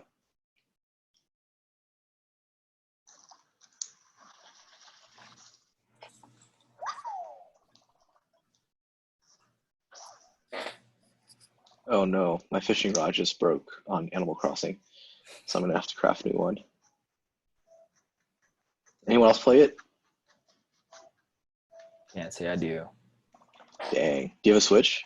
Nah, just a PlayStation. But I makes touch sense. that much. See, honestly, at first I was like, I'm not gonna play Animal Crossing. Like, I don't even have a Switch. But I'm like, I'm so bored. I need to like, you know, Yeah, I'm actually lucky like, enough to be around people other than my family. yeah.